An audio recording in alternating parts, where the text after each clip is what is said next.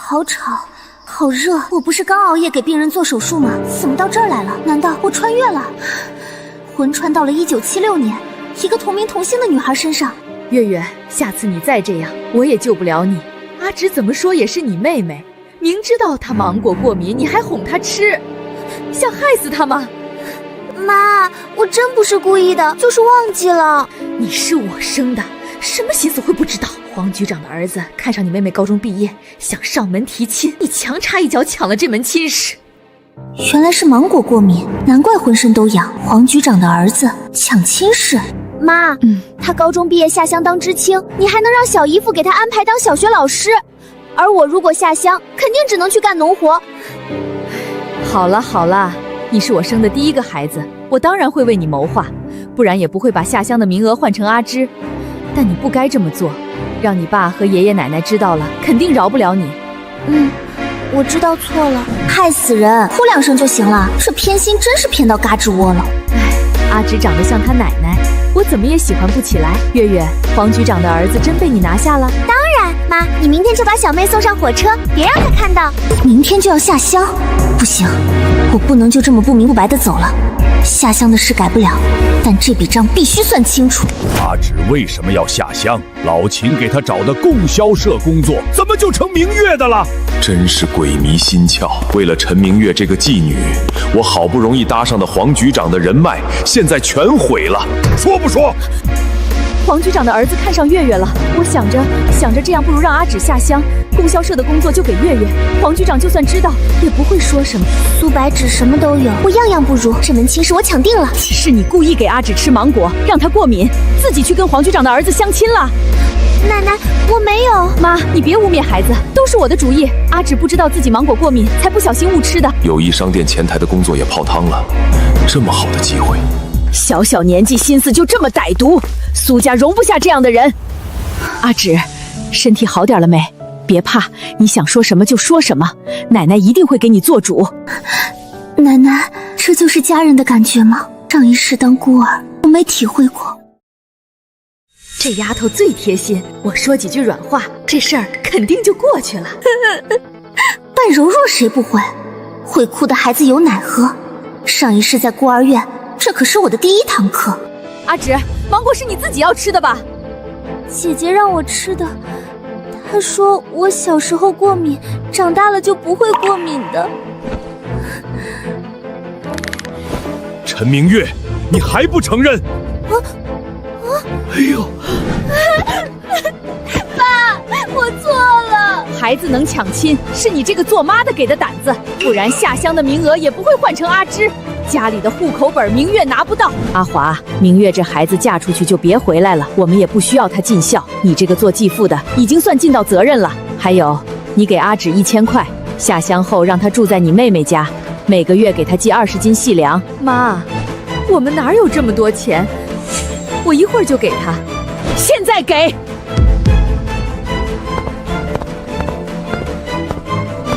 白眼狼，跟他奶奶一个鼻孔出气，明天就送他走，眼不见为净。孩子，别怪你妈，她也不容易，到了乡下要保护好自己。快上车吧，我一会儿还得赶回医院上班。奶奶把2000块私房钱都给了我，但我没拿，留了纸条放回去了。这份亲情我会记在心里。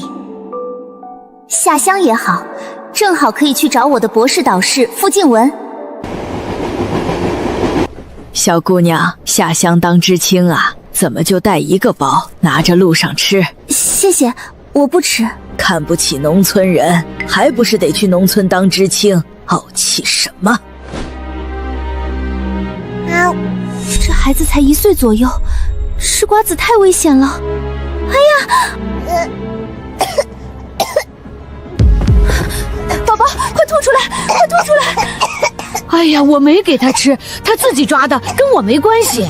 孩子翻白眼了，快找乘务员，孩子可能被瓜子卡到气管了。别慌。哎，真是可怜啊！我们村儿就有孩子是被糖卡喉咙死的。你闭嘴！咳出来，快！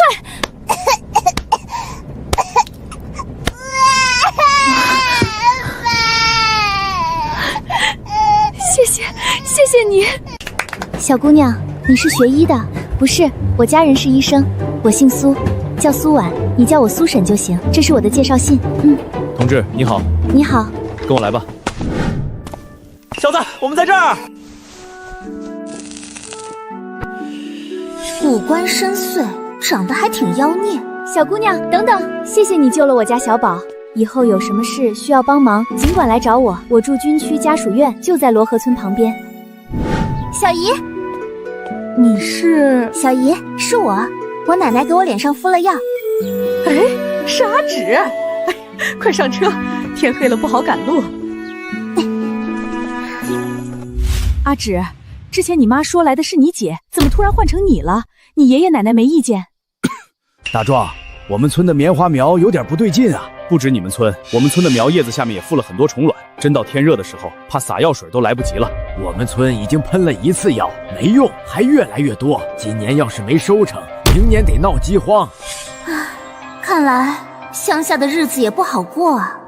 阿芷，快跟我说说怎么回事。小姨，事情是这样的。那丫头真是太不像话了，都是你妈惯坏的。哎，阿芷，你是高中毕业吧？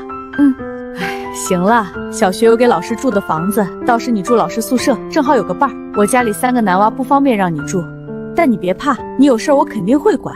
放假就回小姨家吃饭，这是你表哥的房间，今晚你暂时住这儿，他去城里念高中，周末才回来。被子枕头我都换过了。谢谢小姨，以后就麻烦你了。傻孩子，跟小姨还客气啥？表哥很想当兵吗？小姨不让我进厨房，反而逼着2个小表弟学做饭，说是要培养男孩子的独立性，怕他们以后娶不到老婆。比起我那个妈，我更喜欢小姨。等小学老师的工作落实，就得想办法赚钱了。我还有钱有票，但不能坐吃山空，得去废品站找高中课本，提前复习，考军区医学院，以后当个军医。上辈子太累了，这辈子该躺平就躺平。青秋，明天的老师考核你有把握吗？没把握，我平常看的都是闲书。装什么清高？听说村支书内定了一个老师名额，那个人也是下乡知青，是村支书的亲戚，只有初中毕业。初中毕业还想跟我们抢？他要是真入选，我们就集体举报，大不了得罪村支书。没错。只要他们闹起来，我就有机会。我最近都躲在屋里复习，肯定能过。小姨夫跟我说过，既然是亲戚就要避嫌，所以他只帮我报了名，能不能选上全看能力。白薇98分，苏白芷95分，阮清秋95分，宋明94分，90分以上的就这4个了，低于90分的不能参加试课。刚刚念了名字的4位已经抽签选好了试课内容，给你们半个小时准备，一会儿到隔壁教室试课。上一世我的主业是外科医生，兼职是个漫画家，可惜我抽到了音乐，待会儿教什么曲子好呢？你好，我叫白薇，刚下乡的知青。你好，我是苏白芷，跟你同一批的。你是村支书的亲戚吗？上来就打听隐私，准没好事。看来他提前调查过我，一会儿要是我通过了，恐怕还有麻烦。幸好我在试卷上留了个记号。玉妆成一树高，万条垂下绿丝绦。青秋真厉害，他这次肯定过了。他可能憋着什么坏。我的教案，他怎么会有我准备的几何体？他偷了我的教案！阮志清，他是不是偷了你的教案？无耻小人！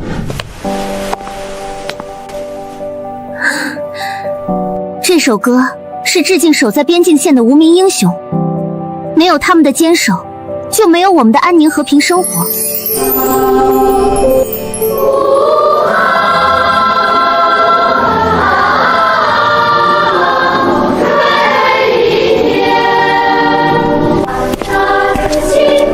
好激昂的战歌，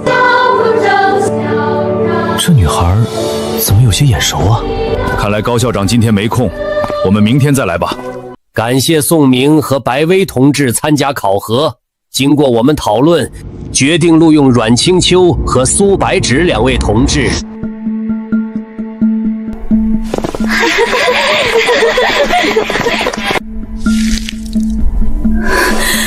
高校长，我要举报。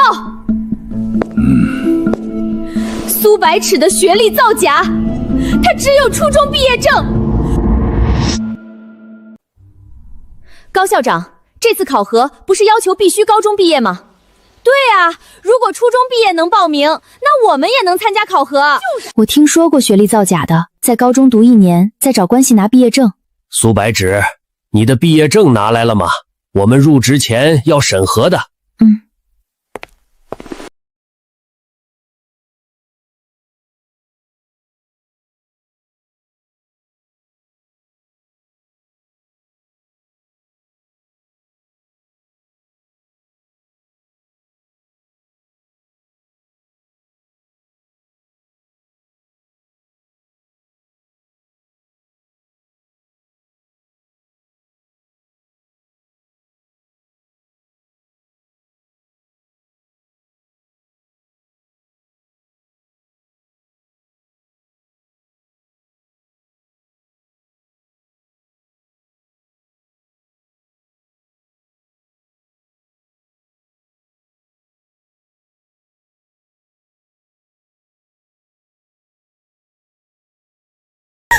举报我，其实是想举报我小姨夫吧？难怪昨晚就属白薇叫的最欢，原来白薇是故意煽动我们。妈的，白薇好阴险啊！你好，我叫阮清秋，苏白芷。医学系统绑定成功，开启初始模式。喂，你到底绑定了没？小爷的系统可是末世最厉害的发明。谁在说话？别看了，就是我。这宿主怎么是个傻子？你才是傻子，你全家都是傻子。不知道现在有没有狂犬疫苗打？被白猫抓伤死了，比窦娥还冤。我不是畜兽。别以为会说人话就不是猫了。女人，好好看看我们末世的伟大发明，就知道自己有多蠢了。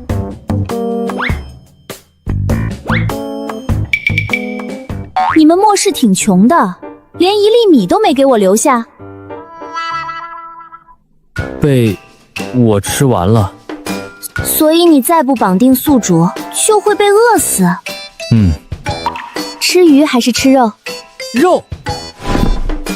行，一会儿去国营饭店买肉给你吃。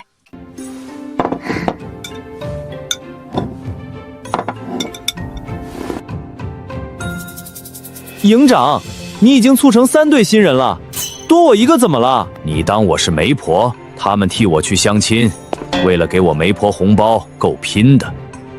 那下次我也替你去。下次再说。娶媳妇儿有什么好？你们训练时有这么积极，也不会每次都被我打趴下了。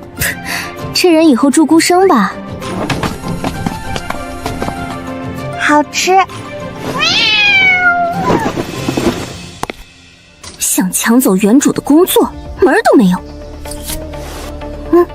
你会杀鸡吗？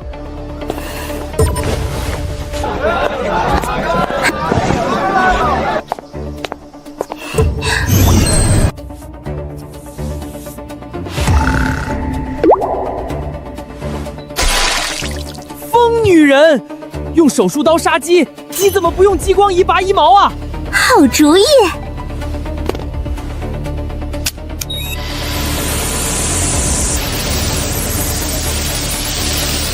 这个疯女人不会用激光仪拔我的毛吧？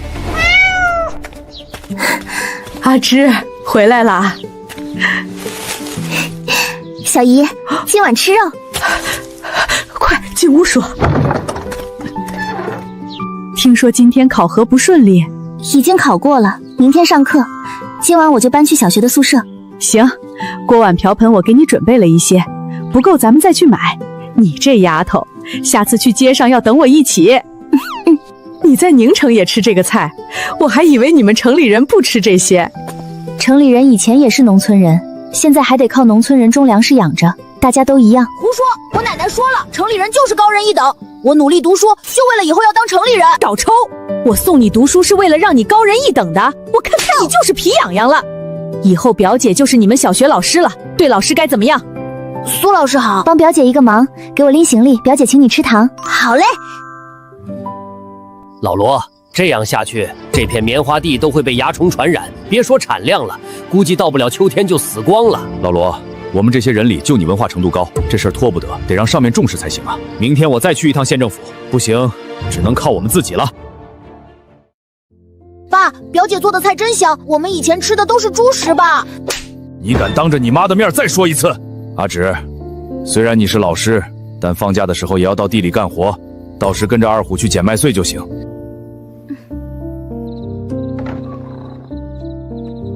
唉，村里的棉花地虫患，你小姨夫心烦，不是冲着你。村里没有治虫的法子吗？有是有，就是不管用。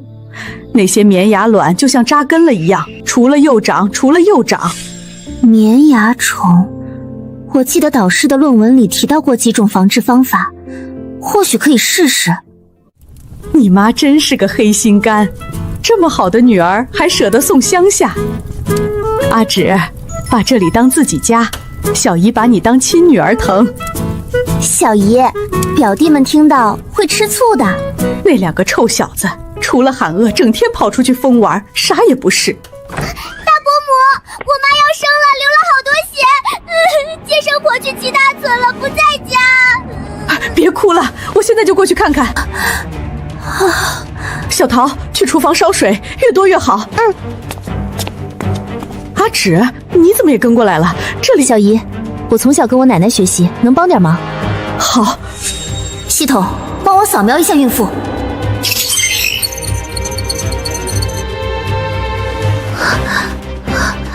嫂子，我感觉不对劲儿。系统扫描的结果出来了，双胎，胎位不正，大出血前兆，必须立刻处理。胎位不正，我怀疑是双胞胎，得去医院。来不及了。我前世虽然主修外科，但跟着导师也学了针灸。阿芷，你会医术？这……小姨，交给你了，擦干净就行，它很健康。含住，一会儿按我说的用力。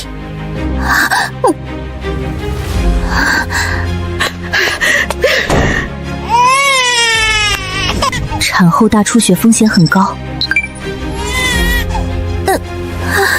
忍忍。白芷，我在。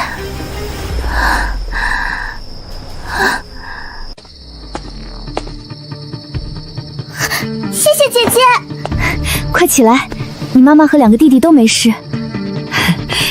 这是一点心意，你一定要收下。阿芷，在村里别让人知道你会医术，容易被人举报。我跟娟子说好了，让她别往外传。小姨，红包就算了，别推了。今晚你算救了他们母子3人的命，这点钱不算什么。这孩子的医术太逆天了，但是处理2个孩子肚脐眼的手法，大医院的医生都做不到，这事连他爸都不能说。阮青秋，我回来了。丁，获取100积分，解锁空间商城。白小爷，你怎么练也不会有肌肉，白费功夫。小爷愿意。哼，这些如果都能解锁，以后就方便多了。我想想，上一世导师提过的几种防治棉匣虫的方法，我先写了下来，说不定能帮上忙。谁写的？阿芷昨晚写的，说是以前在报纸上无意中看到的，让你试试看。好像大西北那边就是用这些方法除棉衣儿虫的。这说不定真能行。今晚我可能不回来，得去一趟县城。大伯母，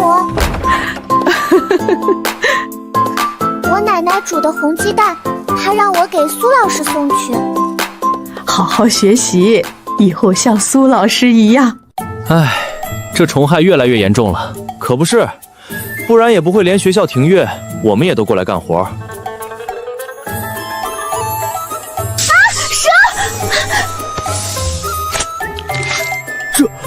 我以前喜欢洋蛇，只是现在没条件。阮青秋看着白白净净的，下手怎么这么狠辣？没事还喜欢养蛇，怪瘆人的。苏知清，你不喜欢养蛇吧？我给你介绍个俊俏的小伙子。可以啊，不过那小伙子扛揍吗？我心情不好，喜欢揍人，因为这个才被家里人送下乡的。我再问问，有合适的肯定给你介绍。过了今天，咱俩的名声算毁了。一个性情古怪，一个是暴力狂。阿芷，快过来，让你表哥背药桶跟着。大虎，这是你表妹苏白芷，旁边的是阮知青。表哥，好久不见。药水是有效的，但不一定来得及。表哥，你的班主任是不是校领导？你怎么知道？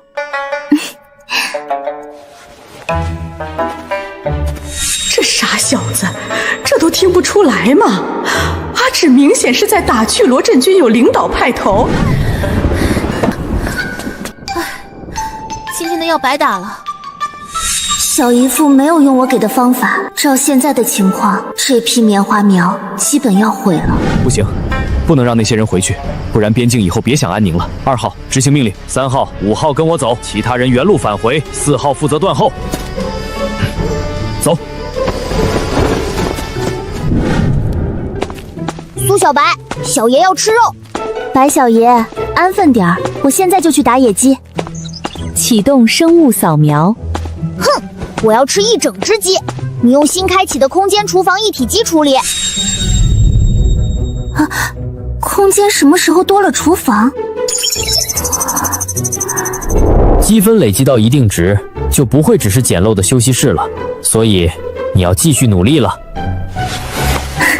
低调点儿，这里靠近军区，容易被盯上。收获满满。这野鸡也太多了。我放了药气，他们都是闻着味儿过来的。杀气是你们的军人，他中弹了，再不取丹消炎，他很快会死的。发现救治病人，救治成功可获1000积分。陆北岩了，送到城里也救不了。唉，救人要紧。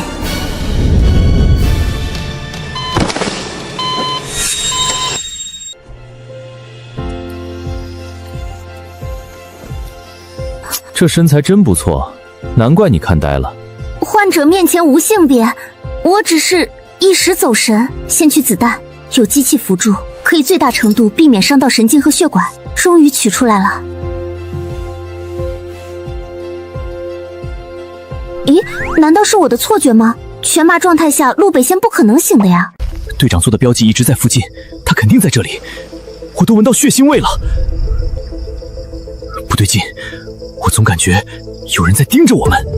不愧是特战队的，这第六感真敏锐。是队长？哎，陆北燕的伤谁包扎的？现在没时间理会这些细节，赶紧带队长撤。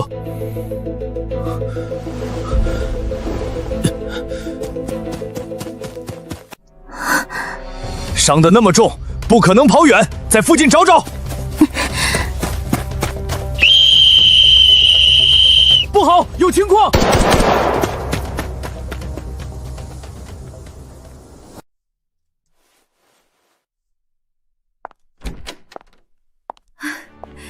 你终于回来了，听说山上混进了对面的探子，校长让你去办公室开会。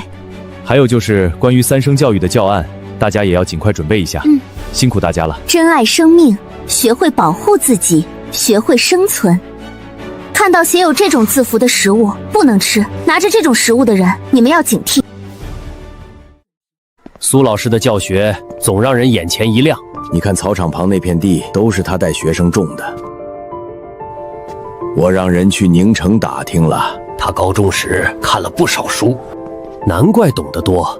别听白雪那些谣言，说什么苏老师是特务，今年的强化还得靠苏老师，不然评比我们又是垫底。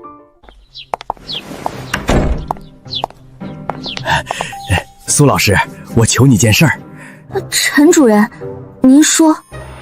我想拜托你画学校的强化，最好有一个主题是3声教育的。能者多劳，苏老师，你自求多福吧。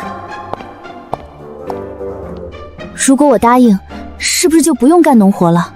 那当然，画完最少要1个月，你还可以找个帮手，材料学校全报销。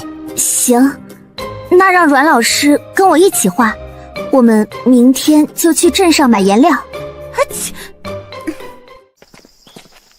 每次又去施肥，我都吐得昏天遁地，太难受了。林知青，你这是？我结婚了，搬出知青点，沾沾福气。这就结婚了？你嫁给村里人了？蠢货，跟村里人结婚就是把自己埋进坑里，永世不得翻身。不是，我搬去旁边的部队家属院。什么？部队家属院？白知青，你要不去洗澡再过来？你要搬去部队家属院？我们已经领了证，在宁城简单办了酒。之前堂姐想给我介绍的就是部队的新营长，我没瞧上。嫁给部队的人，万一离婚不好离，我才不要一辈子待在这山旮旯里。挺好的，祝你们幸福。是啊，祝你们幸福，祝你们幸福。听说苏知青是你外甥女，我侄子在镇上当初中老师，让他们相一次，这斤肉就当相欠礼了。我什么时候答应相亲了？就你那被鸡啄一口都能躺3天的侄子，虚的都立不起来了吧？我呸！1斤肉就想跟我外甥女相看，滚！再胡说八道，我就去你家门口把你侄子得了脏病的事儿嚷嚷的全村都知道。估计是听说你外甥女会揍人才起的这心思。他家那侄子娶了2个老婆都被打跑了，家里人觉得找个能揍人的才扛揍。傻千刀的，呸！我好久不骂人，他真把我当病猫了。我外甥女才不会看上他侄子那样的。小姨，我看上谁了？阿芝，快坐下。小姨，是有人来给表哥提亲了？阿芝，你别急着找对象，你这模样在村里太惹眼了。我不急，政策时常变，说不定哪天我还能考大学呢。能考大学最好，女孩子结婚太早不好，容易碰到坏男人。你小姨夫脾气犟得跟头驴似的，那些治虫方法他根本没用，要不你劝劝他？没必要劝，我有更好的方法。野鸡哪儿来的？表哥，晚上我们一起去趟棉花地。我劝不动你爸，但喷药后的结果更有说服力。你想让我帮我喷你自制的药水？好，吃完饭我跟你去。这表哥藏得够深的，说不定以后能成真干部。大伯母，大伯让你去村办公室接电话。哎，白纸，走。阿玲，喂，明月快被她丈夫打死了，工作也丢了，要被送去下乡。你们公社那边还接收知青吗？你不是说明月找了什么局长儿子吗？怎么还家暴闹离婚了？没，他们就办了酒席，根本没领证。看来我那封信起作用了，不过这可不够。大姐，你当我们罗河村是收银所吗？现在收成不好，公社肯定不收知青了。那可以换吗？阿芷不是在乡下当老师了吗？让明月下乡把阿芷换回来。他心都偏到山沟沟里了，下乡快1个月，一个电话不打，一来电话就想委屈你，这算什么？大抢亲成功后，明知我芒果过敏，还哄我吃，我差点就没救过来。什么？陈明月对自己的妹妹都下黑手，这是谋杀！妈，我不回那个家了，你快给我再找工作，街道办到处找我，要送我下乡。供销社那边不去了，妈给你再找工作。那个畜生下这么重的手，报警吧！不能报警，要是查出我之前跟混混的丑事，我会被抓去农场改造的。我已经报警了，黄世仁现在就在警局，一会儿警察就过来。苏俊华，你疯了吗？你要想留在这个家，就把陈明月送走。我走行了吧？陈明月同志，请跟我们走一趟。爸妈，救我！我知道错了。听说了吗？这妓女跟小混混搞一起，才被黄局长儿子打的。苏家真倒霉，亲女儿被抢亲抢工作送下乡，他妈跟没事人一样。要不是知道阿芝是他生的，我都以为她是后妈了。我要再催一催老头子，得让京市那边快点动起来，不能让阿芝再受苦了。白纸，一会儿我想去一趟废品站。行，我们分开走，下午5点在邮政局门口集合。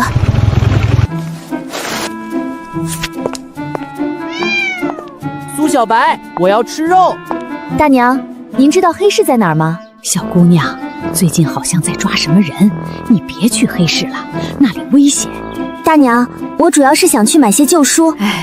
我是小学老师，想买回去给孩子们读。走到那条巷子尽头，左拐就有一家旧书贩卖店。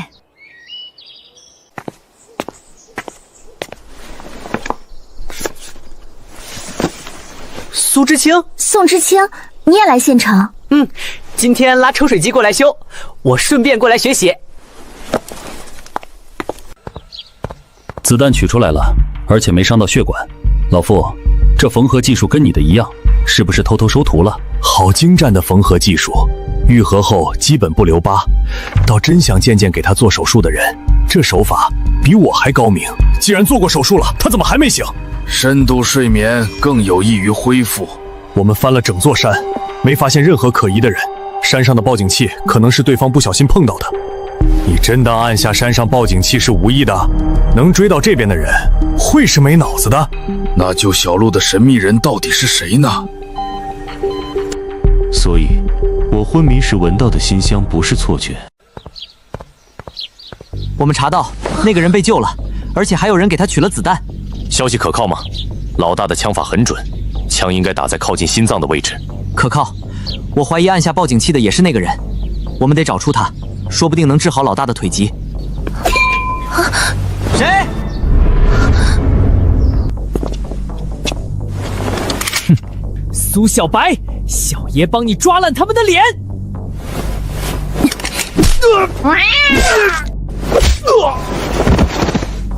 刚才没看清是谁扔的罐头，差点就吃花生米了。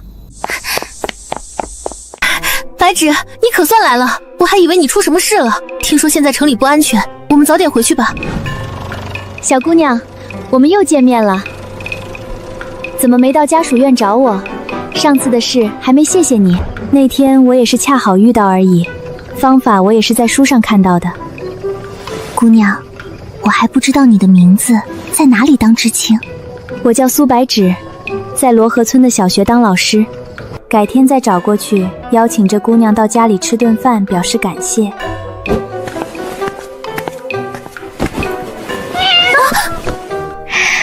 白芷，你养的猫？你要是介意，我养在屋外，太可爱了，我可以抱它吗？可以，它很温顺的。刚才小爷还救了你，你转头就把我推到其他女人的怀抱。这些我要带去给导师，他的病这时可能已经发作了。手指像有千万只蚂蚁在咬，麻痒又痛。静雯，你就向上面举报我吧，这样他们就会帮你恢复名誉了。老师，别说了。我给他施针，外面有人保护你们，出问题您就喊一声。静雯的手出问题了，神经麻痹不是我能治的。现在稍微好点的中医都隐声埋名了，再耽搁下去，以后手就废了。这对一个外科医生来说，比死还难受。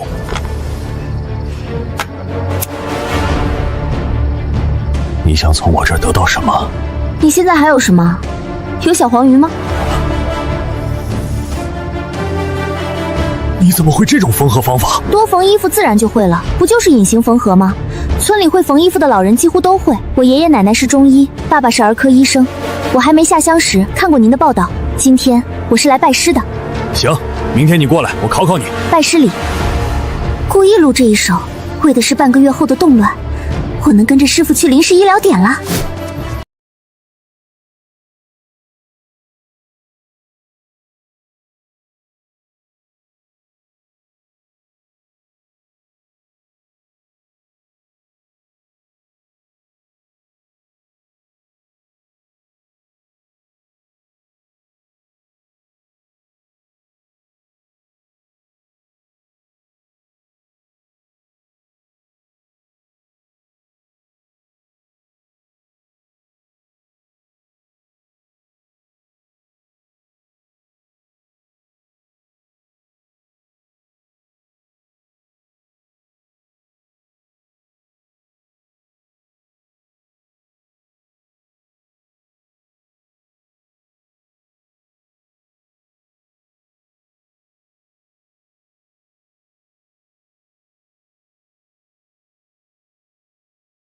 阿芷，效果很好，才喷了2次，棉芽虫就少了一半。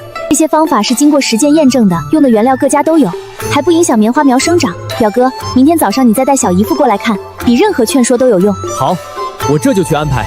对了，那2个特务怎么会知道有人给那个军人做了手术？是部队医院有内鬼，还是有人故意透露消息？队长，这些都是按照你的意思，我瞒着秦团长查的。我也没想到能查出这么多东西。哼，狐狸尾巴藏得这么严实，我得出去晃荡一下，他们才好动手。队长，你要不要跟团长说？队长，滚！想撒娇回村抱你娘去！啊！昏迷时闻到的香味，还有这缝合的手法，跟以前我奶奶给我缝裤裆很像。基本能确定，是位女医生。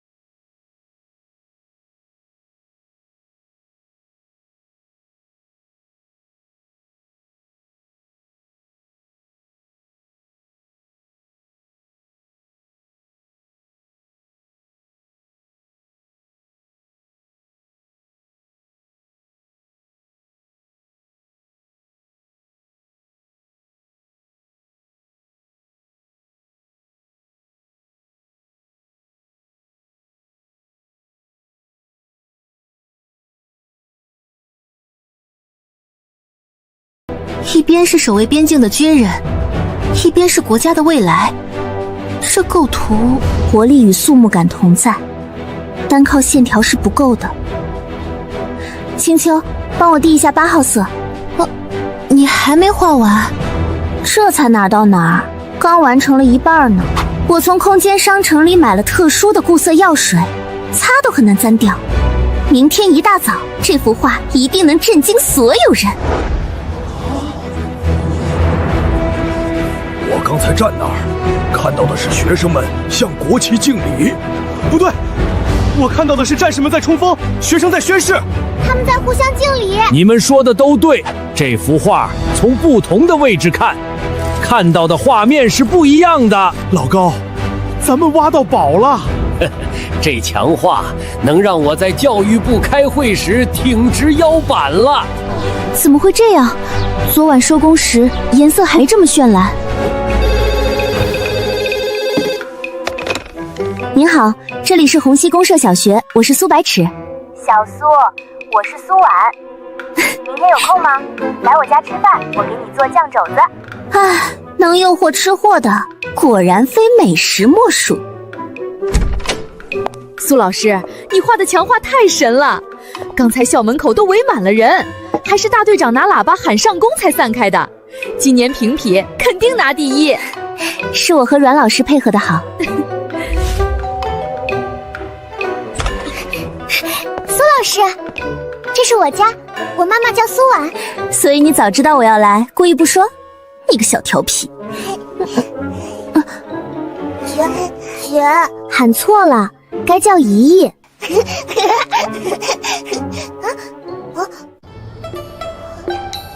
陆叔叔。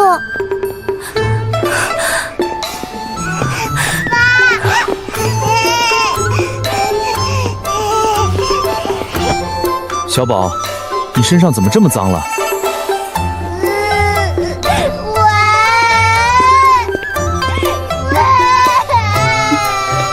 臭小子一来就惹小宝哭，欠揍！苏老师，快进去，别理陆叔叔。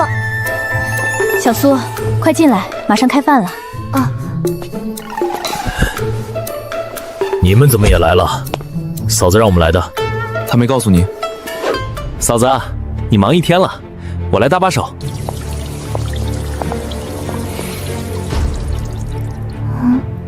咦，我居然闻到了火药味！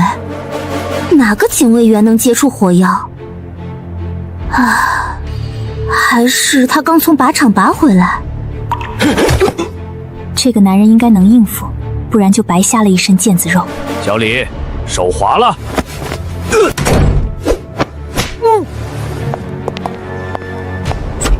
他们人呢？他们可能要去切磋一下。下次你有计划，能不能提前说一声？你看我的头顶操心的快秃了。你不是操心，是老了。我的警卫员出了问题，我也有责任。老秦，这人上面都查不出来，你没发现算正常。老爷子让你给他打电话，说是又给你安排了相亲。你别不当回事。老爷子发怒了，说让老王亲自监督你相亲。老爷子还是太闲了。完了，每次看他这么笑，就有人要倒霉。不就是想让我早点结婚，好调回京师，让堂弟不用上战场吗？我偏不如你们的愿。既然不想让我好过，那大家都别过了。苏丫头，快过来，让顾奶奶看看。顾奶奶，您脸色红润了不少，看来之前我送的鸡血藤有效了。你这丫头嘴抹蜜糖了。老师，准备再施针了。你缺乏实操，光背下这些还远远不够。静雯，你刚当2天老师，就想让苏丫头实操，是不是太急了？导师好像一眼就看穿我了。我那一对儿女，他们现在应该也大学毕业了吧？你回来正好，我煮了绿豆汤，甜的。青秋，你上完课就一直待在这儿，不闷吗？在知青点不方便看书，趁现在有空，我多看看。你想上大学吗？想。你呢？想。我要考军医学院。我也是。我舅舅说，现在已经有人向上提恢复高考的事了，让我时刻准备着。爸，我今天给村里打了电话，阿芷一切都好，还当上小学老师了。俊华，你对阿芷有什么安排吗？亲女儿在乡下受苦，你们做父母的还能咽下好饭菜？妈，我让妹夫安排她当老师。罗桂兰，做人得凭良心。我们给阿芷找了对象，下周让她相亲。可是阿芷的户口和粮食关系都在罗河村，迁不回来，办不了结婚证啊。这些不用你们管。妈，那能不能把明月调回这边下乡？哼，调回来？你是不是忘了陈明月是犯了法，才被送去农场改造的？以后陈明月的事，我们苏家不管。苏俊华的事儿，我们不想掺和的，但这次事关阿芷的未来，不出手不行。人情用1分就薄1分，分分得用在刀刃上。京师陆家的事儿，还不能说。苏老师，有人找。小姨，你今天打扮得真漂亮，要去县城吗？不是我要去，是我们一起去。快回去换身衣服，打扮一下。你搬过来，小姨还没仔细看过你住的地方呢。阮知清人文静，你们相处的不错吧？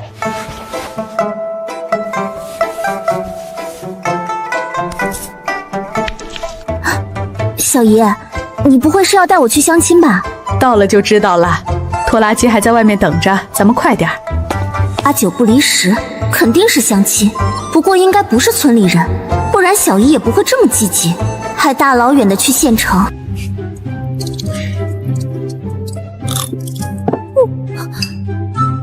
啊！我不想跟秃顶的男人处对象，我下不去嘴。老子有钱，还怕找不到对象？我断了一条腿，还肾虚，你借一步？中看不中用的废物，晦气。那桌就是，好好相看，照片上不是歪瓜裂枣，遇到好的得抓紧了，好男人不流通的。你还是别抱希望的好。这不就是被我扒光做手术的那个男人吗？你好，我叫陆北燕。我叫苏白芷。你好，你又受伤了？小伤。陆同志，我现在不想结婚，这次相看是家里人安排的。陆同志，你很好，只是结婚不在我的计划里。虽然把他看光了，但我不承认，谁知道？我居然被嫌弃了，我应该高兴才对。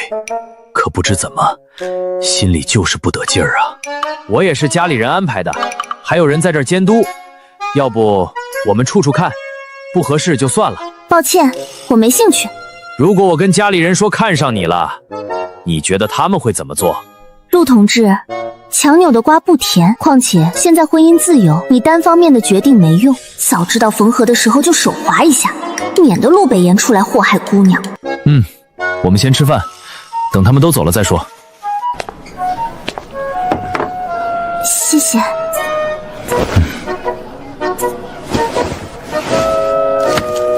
所以陆北夜是故意绑着绷带，用来吓跑相亲对象的。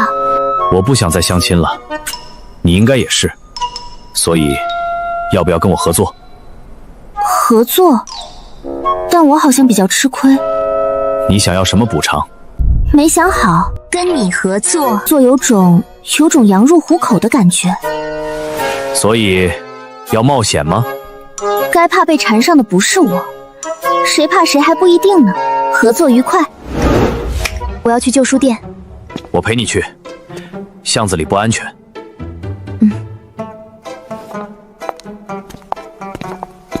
你是宁城人，父母又在医院，怎么会报名下乡？我季姐设计把我工作和亲事抢了，下乡名单改成了我。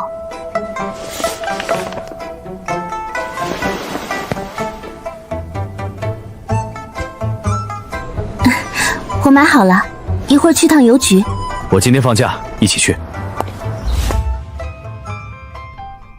这条巷子平时很多老人坐着落脚，今天怎么一个人都没有？别回头，一会儿你往巷子口跑，不要回头。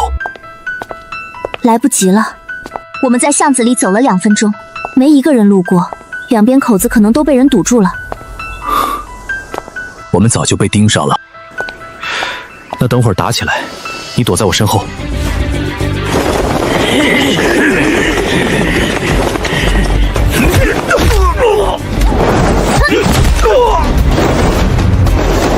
蒙面人好像是冲你来的。你现在反悔合作还来得及，不然再也不会放手了。救命之恩，得以身相许。对敌人从不手软，这些搏斗技巧还是当无国界医生时跟一个退役特种兵学的，本身对人体结构很熟悉，打哪里能让对方痛感加剧，在搏斗时就会找准位置揍。陆队，你怎么在这儿？他们是第一次相亲，第一次进警局，全凑一起了。喝杯水，一会儿咱们就离开。苏同志，我姓王，是陆北燕爷爷的警卫员，让你受惊了，这次是意外。王伯，我没事。听说苏知青母亲在丈夫死后不到1个月就再婚了，肯定早就跟人苟且了。有其母必有其女，那天被警察当街抓了，她还有脸在学校教书啊？人不可貌相，有些人看着安分，其实骨子里骚狐狸似的。嘴里喷粪就回家待着，再宣派我外甥女，我撕烂你们的嘴！明天我就跟村干部说，给你们几家多分派任务。我们说的是事实，不怕你去告。李招娣，你亲眼看见了？听警察说我外甥女因什么由头进局里了？我听别人说的，现在学校里都在传。你说谁说我就认定是你说的，跟我去大队办公说清楚。看你以后还敢白雪白老师说的，有本事你找他去！你们再嚼舌根，坏我外甥女名声，我一定去队里举报。妈，谁惹你生气了？今晚你做饭，我出去一趟。不行，我得赶紧去大队打电话，让苏家那边早点准备。相看好了，赶紧让阿芷领证结婚，免得夜长梦多。表姐，刚才门口婶子们在胡说八道，我弟就是个三傻子，为了合群居然附和他们。你以后有糖别给他吃了。好啊你还敢回来！小姨，让你跟着别人造谣，还敢回来？看我不打断你的腿！他都快10岁了，能管住嘴了？不能为了合群，别人说什么就是什么，这种错误以后不准再犯。阿芝，上次治棉害虫多亏了你，我们这片棉花田都保住了。小姨夫，应该的，主要还是靠你们组织大家一起喷药水。江青那天到底怎么回事？为什么会进警局？没什么，就是碰到了小混混闹事，陆北岩报了警。哎呦，那幸亏有陆北岩跟着，以后你还是少去县城。那个白老师心思真歹毒，不知道女人的名声多重要吗？小姨，这事你别管，白雪会自食后果。白老师，那个苏老师的事儿是真的吗？他怎么还有脸在学校当老师？长得那狐媚样，一看就是个会勾引人的。就是在县城巷子里乱搞，被警抓个正着，我们凭什么给他脸？桂花嫂子，我们私下说说就好，传出去影响不好。我们说的是事实，有啥影响？桂花，听说你妹妹相中陆营长了，看上他是他的福气。我白眉妹子是工农兵大学毕业的，才貌双全。老秦，我上次听你说小陆去相亲了，不会是跟王营长的小姨子白薇吧？白薇，别听外面的人胡说八道，我忘记跟你说了，跟苏白芷相上了，两人在处对象。什么？那陆北燕跟苏白芷相亲那天进警局了，现在外面谣言满天飞，说他们在巷子里乱搞被抓了。这事儿我得跟陆北燕说一声，不然指不定出什么事儿。你们听说了吗？白老师上周末跟一个男人去招待所了。怎么可能？他男人不是出任务还没回来吗？去招待所那个男人是白雪的堂哥，准确的说是白薇的哥哥，是过来出差的。白薇为了炫耀，被罗振军一套话什么都说出来，可惜谣言就是越传越歪。是你对不对？说我跟男人去招待所的是你。我可没说你跟谁去，只是有人看到你跟一个男人进了招待所闲聊。谣言嘛，不就是模棱两可吗？你个贱人！这不是你惯用的伎俩吗？用到你身上就受不了了。和相亲对象在巷子遇到小混混，报警把他们送去警局，到你这儿就变成做了见不得人的事被抓了。白雪，你坏我名声，不就是因为入职考核时修改试卷被校长处分了吗？你还到处传我是特务，说出去的话是要负责的。我已经报警了，你跟警察说去吧。我也报警，你也造谣了。我有证人，你有吗？我可没说你跟男人鬼混。哪位是白雪？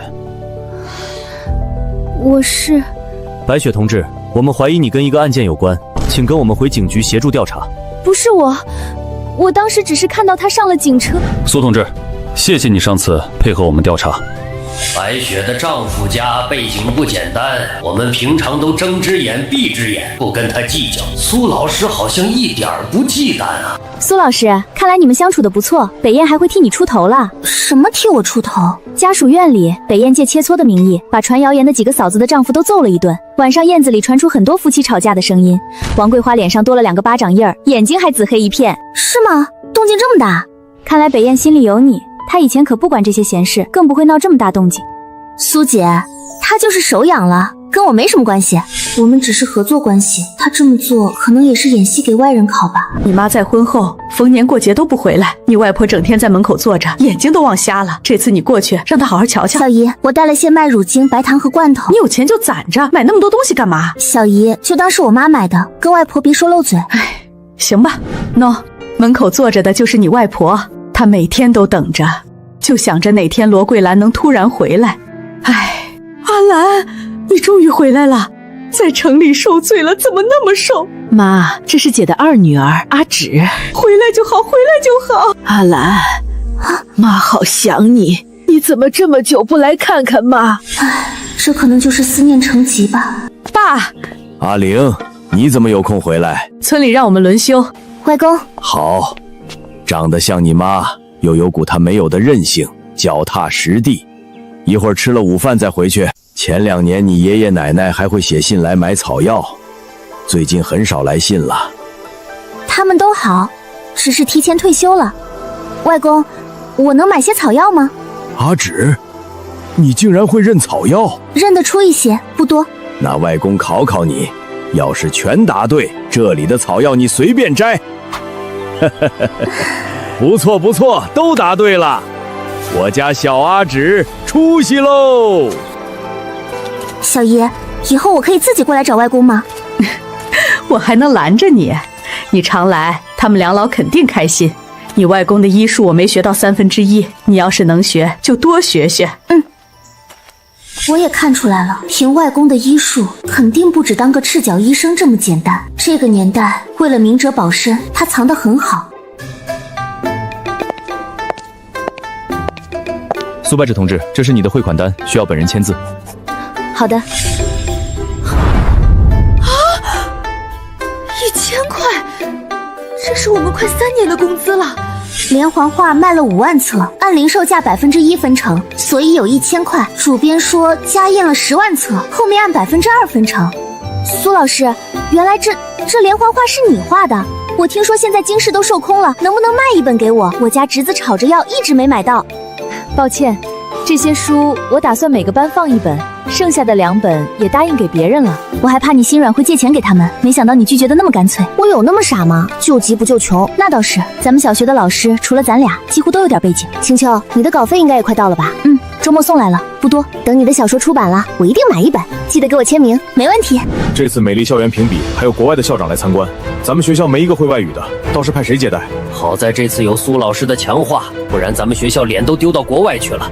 接待人选倒是抽签决定吧。对了，这是我从投诉信箱里取出来的信，校长你看看呗。这个白老师以前是造谣，现在直接实名举报，说苏老师占集体便宜，在职教师不能发表作品赚钱，简直胡说八道。他知道画强化没收钱，他觉得理所当然，现在又眼红人家出书赚钱，这跟占集体便宜有什么关系？这事儿你盯着，别让他在网上捅娄子。老傅，太阳打西边出来了，你怎么主动来找我？我想让我新收的徒弟进手术室。你收徒了？谁啊？我们医院的蔡医生？不是，一个小学老师，通过你们医院的笔试考核应该没问题。老傅，你开什么玩笑？一个小学老师过笔试考核？我是认真的。你看他的名字都上报纸了，罗河村治棉孩虫的方法就是他提供的。这。你想让他进医院实习，他说要考医学院，不急着实习，我要带他进手术室亲自教。你对他评价这么高？以他的理论水平，当你们的主任医生都绰绰有余。老傅肯定言过其实，有王婆卖瓜的嫌疑。不过答应下来也无妨，反正要走正常考核流程的。苏同志，我是不是该去你小姨家拜访一下？不然怕要露馅了。咱们就是合作关系，没必要这么较真吧？你现在两手空空的去好像也不好，下次吧。不较真怎么显得像真的？我早就准备，择日不如撞日，就今天吧。好吧，那你跟我走，得快点走，不然被村里下工回来的婶子们看到就更麻烦了。表姐，他是？我是你表姐正在处的对象，未来表姐夫。小家伙，你可真有眼力劲儿。你还算配得上我表姐。少贫嘴，快去烧饭，一会儿你妈回来了。哦。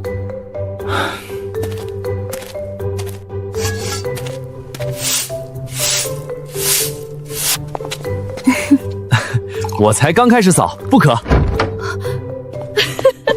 你这孩子，带他过来怎么不提前说一声？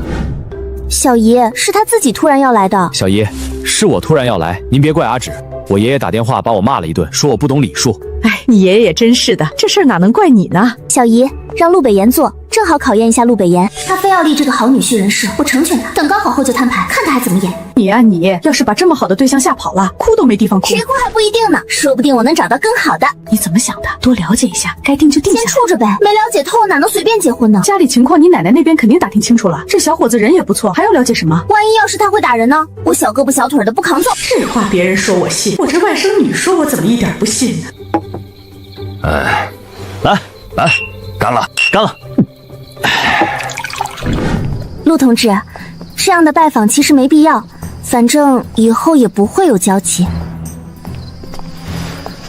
如果我是认真的呢？我没有结婚的打算。如果你有除了合作之外的心思，那我们的合作现在作废。算了，到时再说。说你个大头鬼！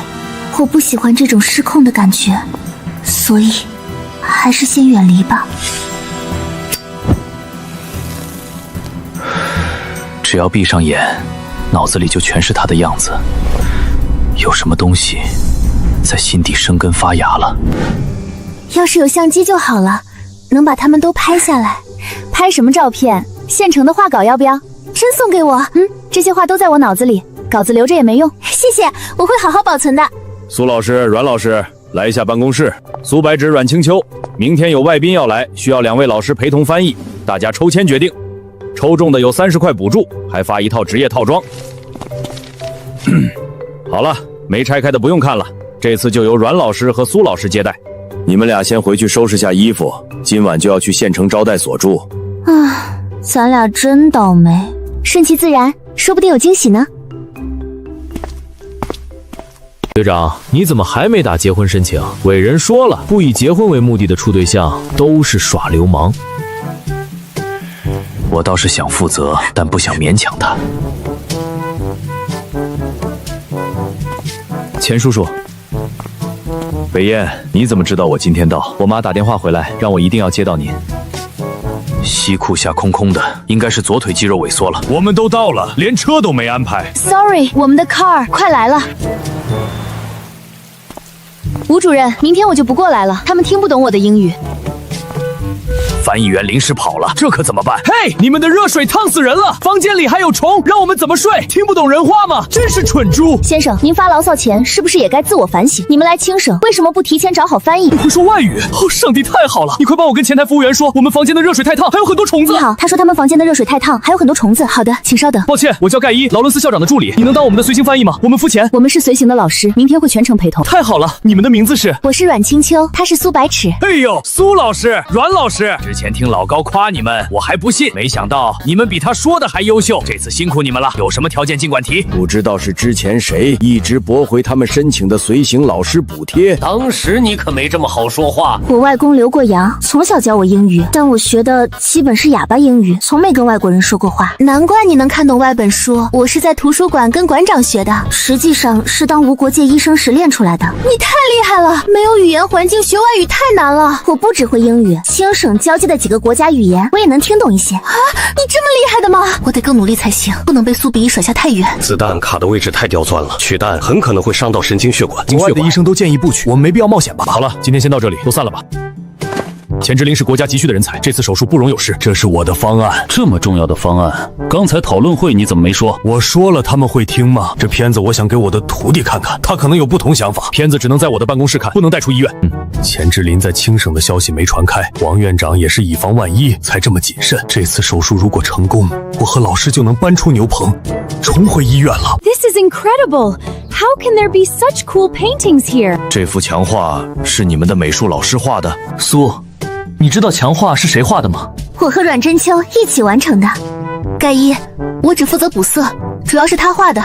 你很有天赋，愿意出国留学，我们可以提供最好的条件，免学费，提供奖学金和住宿。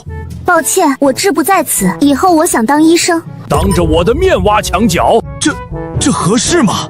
苏，你知道拒绝我意味着什么吗？劳伦斯先生，我们还是先参观学校吧。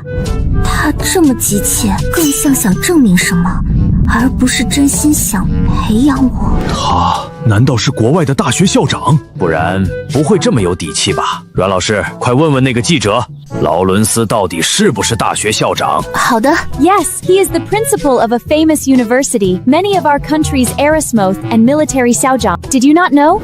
北燕，我好像理解这幅画了。回到这里，就像这画里说的，刻舟求剑，舟还是原来的舟，却再也找不回当初的剑了。我理解的，恐怕和钱叔叔你理解的并不同。我至今都不清楚自己到底在寻找什么，人一停下来，就觉得心里空落落的。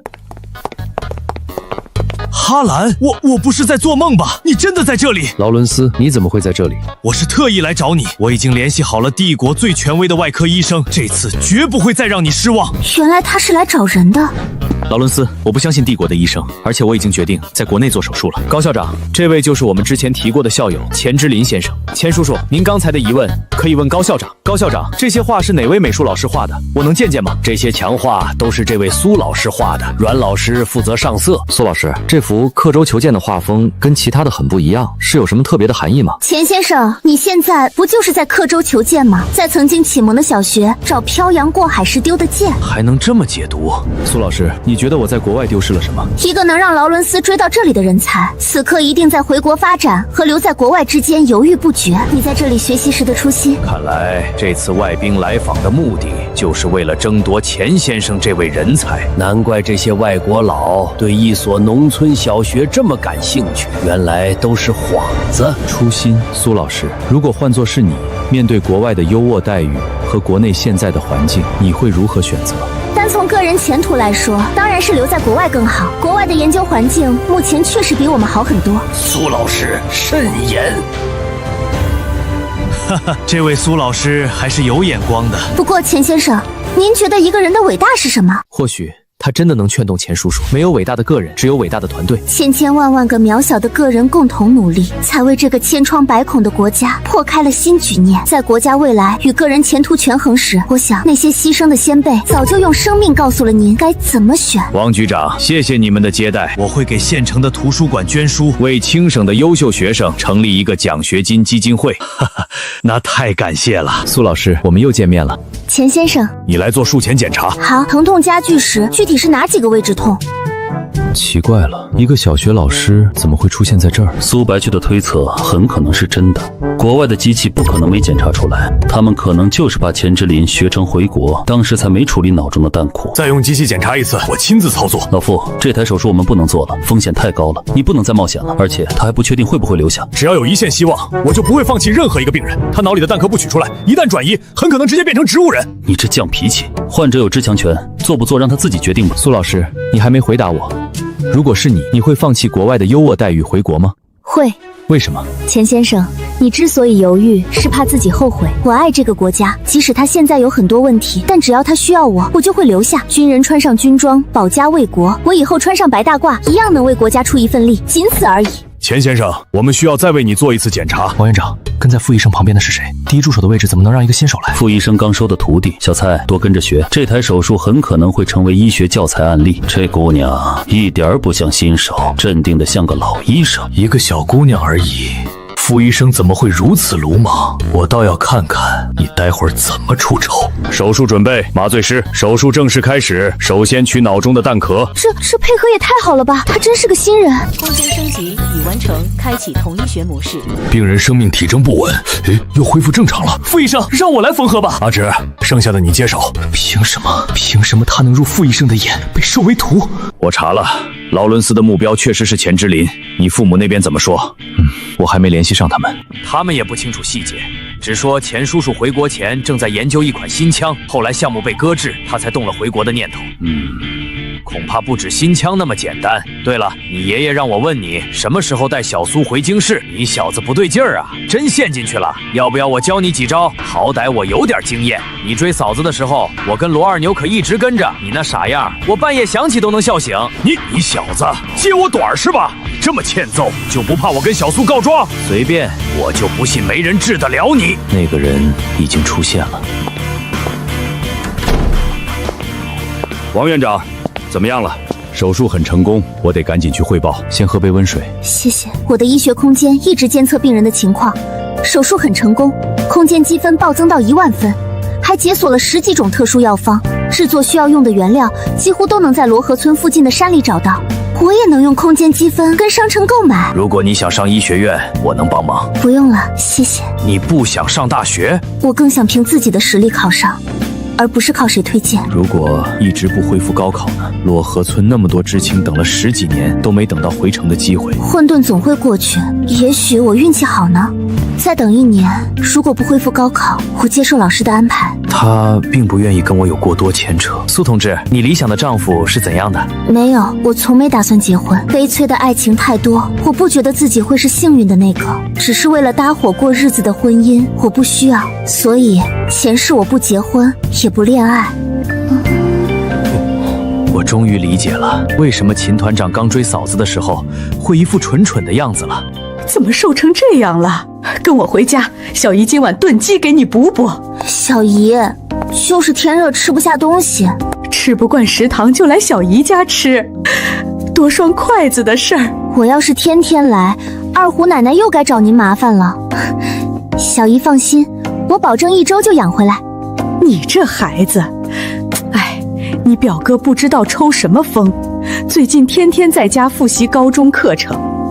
看来表哥还真把我的话听进去了。你跟陆同志处得怎么样了？他有没有说什么时候结婚？不清楚，他最近应该很忙，得再给苏奶奶打个电话问问。对了，前2天知青点出事了，有人半夜爬进白知青屋里，被老鼠夹夹了手，还想讹钱，结果白知青直接报警把人抓走了。妈，我来煮饭吧。阿芝，你去外面歇着，别干活了。小姨，你去摆碗筷，我跟表哥聊聊天。阿芝，你真觉得会恢复高考吗？我最近在复习，好多题都不会做，心里没底。迟早的事儿，不会的题你都标出来，回头送到学校给我，我写解题步骤给你。我之前做的习题也可以拿给你看。谢谢你，阿芝。今年交了公粮，剩下的粮食不多了，村里还没想出办法吗？能有什么办法？大部分地都种了棉花，只能拿棉花去换粮食了。爸，总指望外面有余粮太被动了，还是得开荒增产。哪有荒地开？附近都是山。有啊，把山开了。想过，但灌溉是大问题。农业局没派专家来，我们也不会。小姨夫，咱们村就有一个现成的专家，就看你敢不敢用了。谁？牛棚里的杨翠芬，她受丈夫牵连，下放前是京市农业大学的教授，专门研究梯田和水稻种植的。可村里没人敢跟住牛棚的人来往，他会愿意帮忙吗？不试试怎么知道？隔壁镇遭了蝗灾，粮食减产，今年冬天怕是不好过。我得跟村里的其他干部讨论一下，现在不准备，今年秋冬大家都得挨饿。苏小白，什么时候进山？我想吃野鸡了。周一下午带学生去山上研学，到时候你自己去抓。消炎药、止血药粉、麻醉粉，这些都能做。还是抓野畜好，找到一只就能找到3库。消炎药、止血药粉、麻醉粉，这些都是急需的常用药，有备无患。北燕，怎么被嫂子赶出家门了？呸！就不能盼我点好？没要紧事儿，我能这么晚来找你？难说，毕竟已婚男人的脸皮厚。你把自己也骂进去了。看看这个结婚申请函，谁批的？我没写过这东西。结婚证已经送到京市了，现在你和苏同志是合法夫妻。我爷爷批的，他怎么又胡乱安排？你不是喜欢苏同志，在处对象吗？难道你想耍流氓不结婚？有没有可能人家压根看不上我？刚看到结婚申请时，我的确有股冲动，就这样吧，让她成为自己的妻子。可是我不想她受委屈，更我不想她连选择的权利都没有。折断她的翅膀，把她绑在身边，她应该去追求自己想要的生活。你们处对象是假的，为了骗老爷子，你对他有好感，为什么不直说追呀？她不想结婚，要读大学。现在她是下乡知青，暑假就要下地干活，你舍得？正好结婚证有了，你赶紧申请住房，让她住进家属院。老首长，您这么做不怕阿安跟您闹？现在领了证也能离的，您这操作有点不妥。臭小子，没我当年的魄力，追个媳妇儿都磨磨蹭蹭，我这是推他们一把。真以为我不知道他们是假处对象？小样儿，跟我斗还嫩了点儿，我就赌他舍不得让那丫头去地里干活。苏老师，我们要爬到山顶吗？那里的野果早被摘光了。你真扫兴！罗二妞娇里娇气，不许欺负女同学。大家原地休息一下。没想到山上还有这么大的空地，跟野餐一样。以后可以多组织这样的活动，你看他们多开心。快来抓我呀！你们抓不到！二虎，小心后面！你们在上面等着，别靠近！苏老师，你看这里有好多小白花。那是野生的银耳，不是花，你别乱动，注意脚下，下面就是悬崖。这小子胆子也太大了。表姐，你有没有闻到一股腥味儿？表姐，苏老师，被咬了吗？伤口在哪儿？这里。你怎么在这儿？这样不行。别，我吃了解毒丸，没必要再多毒一个。我背你上去，伤口要尽快处理。白痴，你没事吧？被蛇咬了？那你赶紧去医院。我送他去医院。胡闹！自己做的解毒丸怎么能随便吃？小姑娘，这种蛇毒必须注射相应的血清才行。我自己缝。你不敷麻药吗？几针而已，没必要。这姑娘，这技术绝对是专业的。我刚才在医院说的话是认真的。出了什么事儿？我爷爷私自做主，给咱俩办了结婚证，户口本应该是他从你家人那里拿到的，我也是刚知道，对不起。你先冷静，听我说，我们可以假装结婚，就当换一种合作方式。有了结婚证，你就能住进家属院，不用下地挣工分。你想离婚随时可以，我配合。队长，有紧急任务，得立刻出发。你先去忙吧，我可以自己进去。等我回来。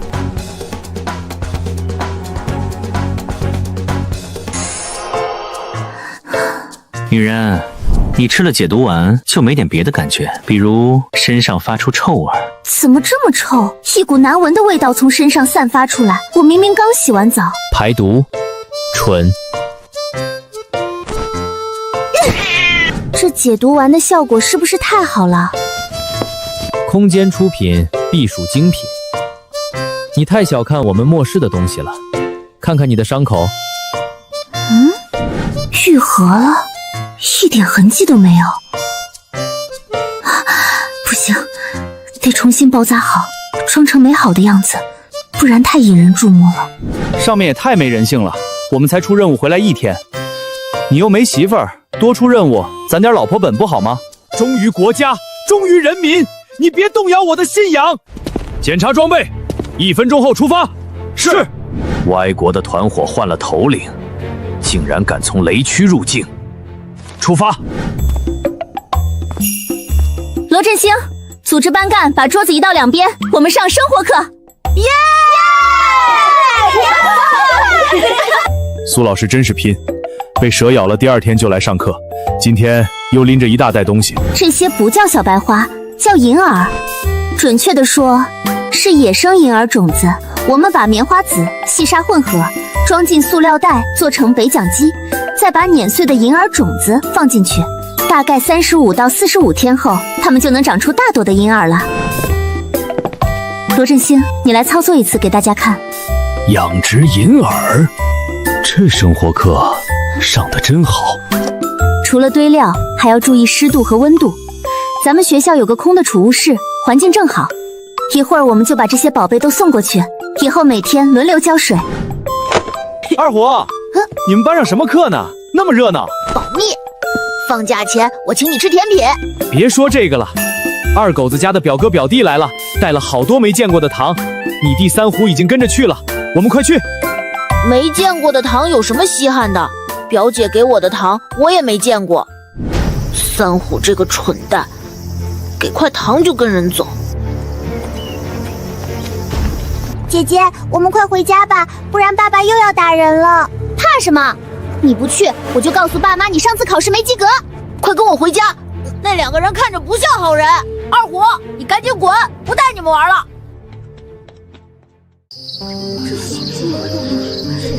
你家孩子也没回？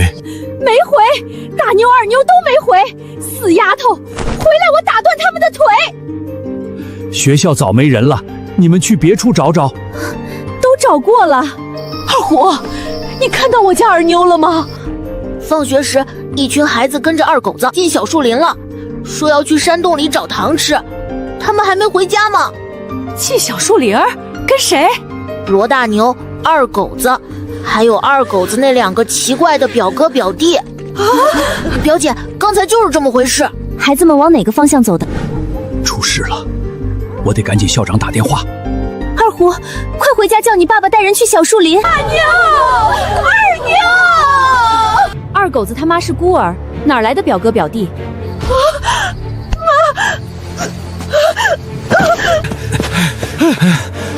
朱大娘是不是收留了2个来路不明的人，还没跟村里报备？他们给了20块钱，说就住2晚。你小心，等着坐牢吧你！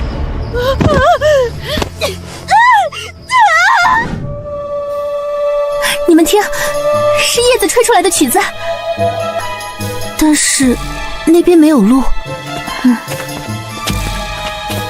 这是血迹。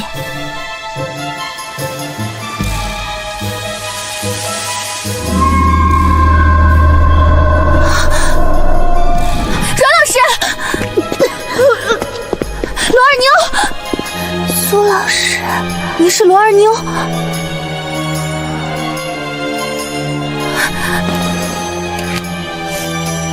有3个孩子已经没呼吸了，其他孩子呼吸很弱，得立刻送医院。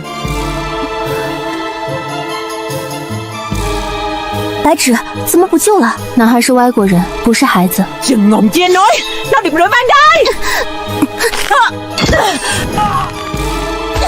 想咬毒自尽，太便宜你了。大妞，快！救护车已经在林子外了，快送医院！这孩子毁容了。老师，我跟你一起处理这个病人。有3个孩子没能熬过来，尸体在那边，需要家属去认领。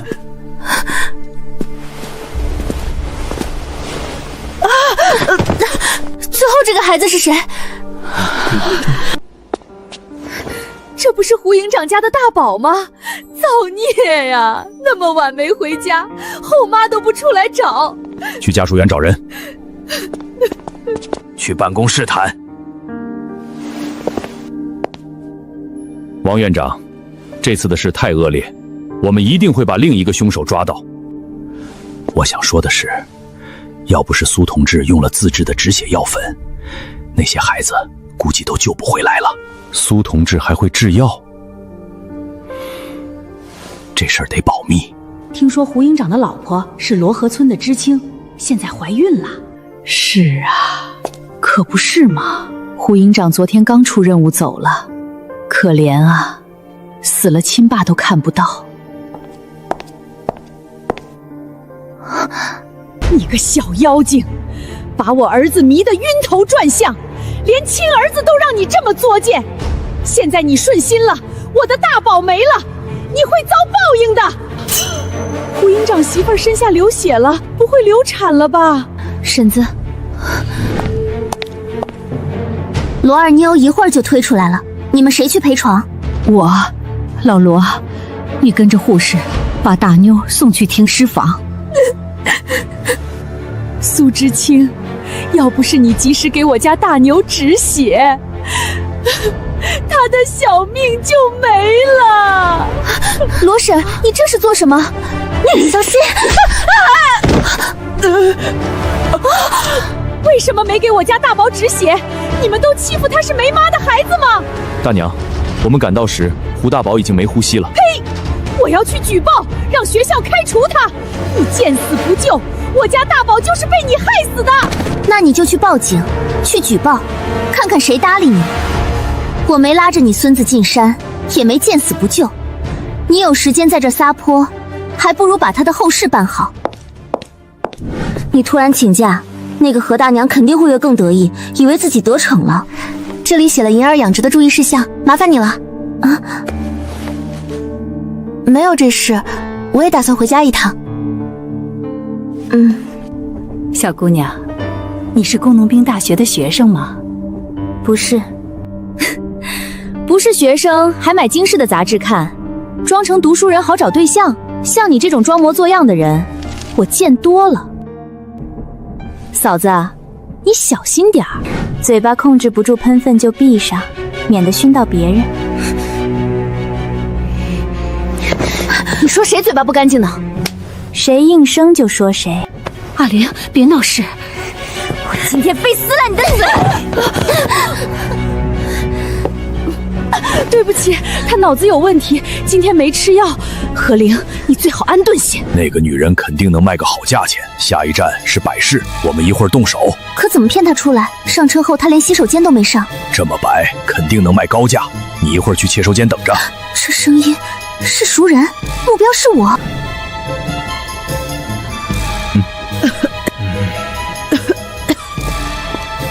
有小偷！我看到了，他刚才把手伸进那个大娘的布袋，他是小偷。你胡说！我睡得好好的，怎么就成小偷了？那个大娘可以作证，刚才他还解你的裤带。胡说！小姑娘别张嘴就来，老婆子我还要脸。乘务员同志，你们快把他带走，他肯定有精神病。小姑娘，我家老头子好像被什么东西卡住了，你看书多，肯定知道怎么救人，快来帮忙。有事找乘务员，我不会。你这小姑娘真没爱心。上次你不是救了一个被瓜子卡喉咙的孩子吗？别以为变白了我就认不出来了。我不认识他，他瞎说的。你们给我作证，一会儿要是我跟他走了，你们帮我报警。小姑娘别怕，这个婆子昨晚就鬼鬼祟祟的，肯定不是好人。救人要紧，我不跟你们扯皮。小刘，找乘务警过来，这肯定是个拐子。我姓战，你喊我一声战奶奶就行。您好，我叫苏白芷。怎么一个人坐火车？谢谢，我是下乡知青，请假回宁城看爷爷奶奶。是个孝顺的苏同志，你是宁城人吗？家里还有什么人？我是宁城人，不过我有对象了，他是军官。对象而已嘛。苏同志，你家有人是医生吗？你的名字是中药名称吧？我爷爷奶奶是中医。好啊。苏同志，咱们有缘再见。臭小子没福气，好不容易碰到个对眼的，偏偏人家有对象。呀，二姐，你怎么做到的？教教我。还知道炫耀，期末考试考了几分？阿直，你怎么回来了？瘦了。奶奶爷爷，我请了1周假回来陪你们。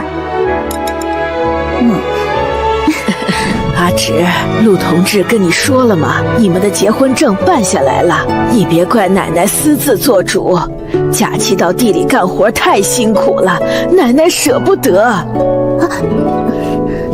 奶奶，仅此一次，这么重要的事，我想自己做主。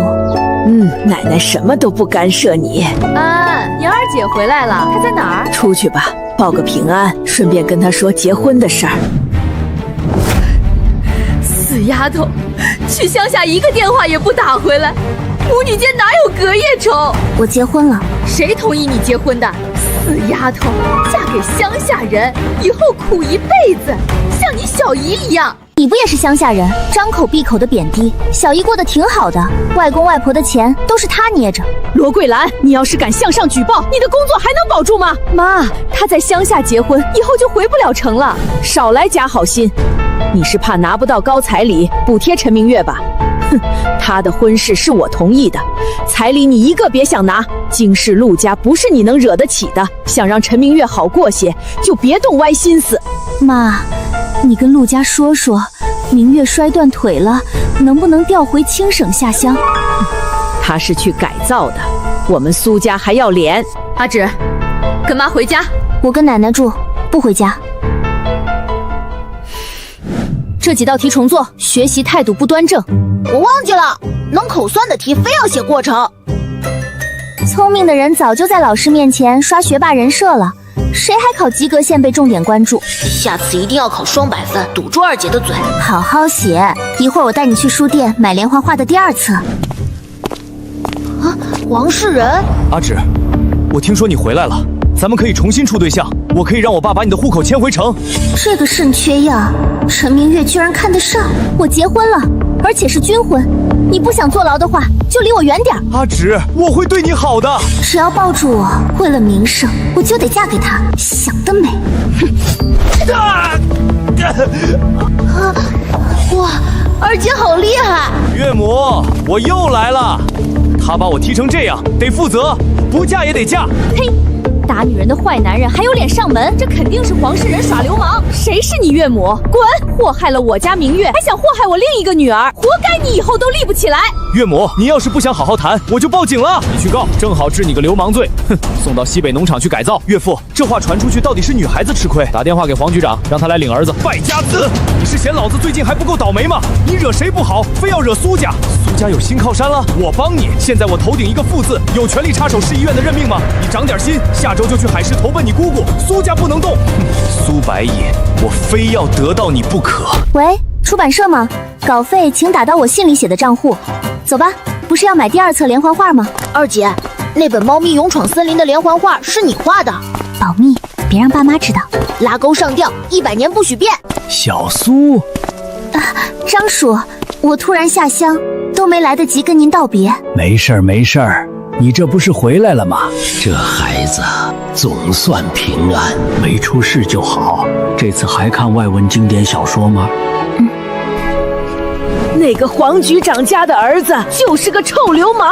阿芝，在乡下别省钱，明天我送些票据和钱过来，别亏待自己。咱俩一起睡，我的床大着呢。阿九总跟我宣于他姐姐香香的，哼，谁还没姐姐？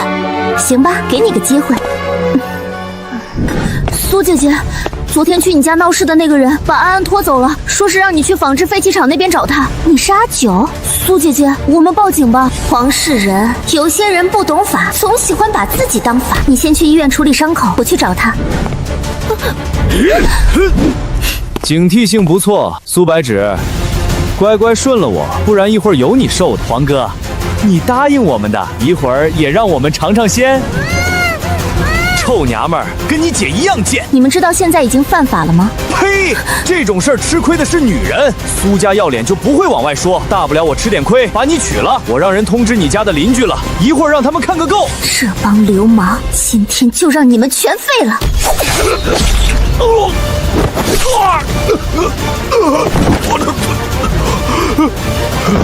钱姐夫，你是不是忘了我爷爷奶奶是干嘛的？惹谁都别惹医生，你爸没教你吗？出来吧，看了那么久的戏，帮我处理他们。苏同志，你什么时候发现我们的？从派出所出来的时候。谁求情都没用，谁往上凑就办谁。老王，看见没？我孙子看人准，像我女中豪杰，不像他爸和叔叔们窝囊。老首长怕是魔怔了。喂，宁城的风气得整顿一下了。俊华，你帮帮我那个不成器的儿子。咱们私了，这事儿你要是不帮忙，我就把事情捅出去，让你女儿也别想嫁人了。黄副局长，我苏俊华再窝囊，也不至于在儿女受辱后还选择息事宁人。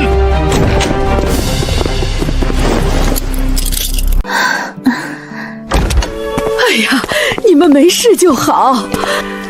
阿芷，今天黄世仁绑架了安安，我报了警，后来陆家派来的人解决了。这婚条对了，咱们得打电话过去感谢人家。以后有人欺负你，你就打回去，别怂，拳头硬了，他们才不敢动手。看熟了，以后保命用。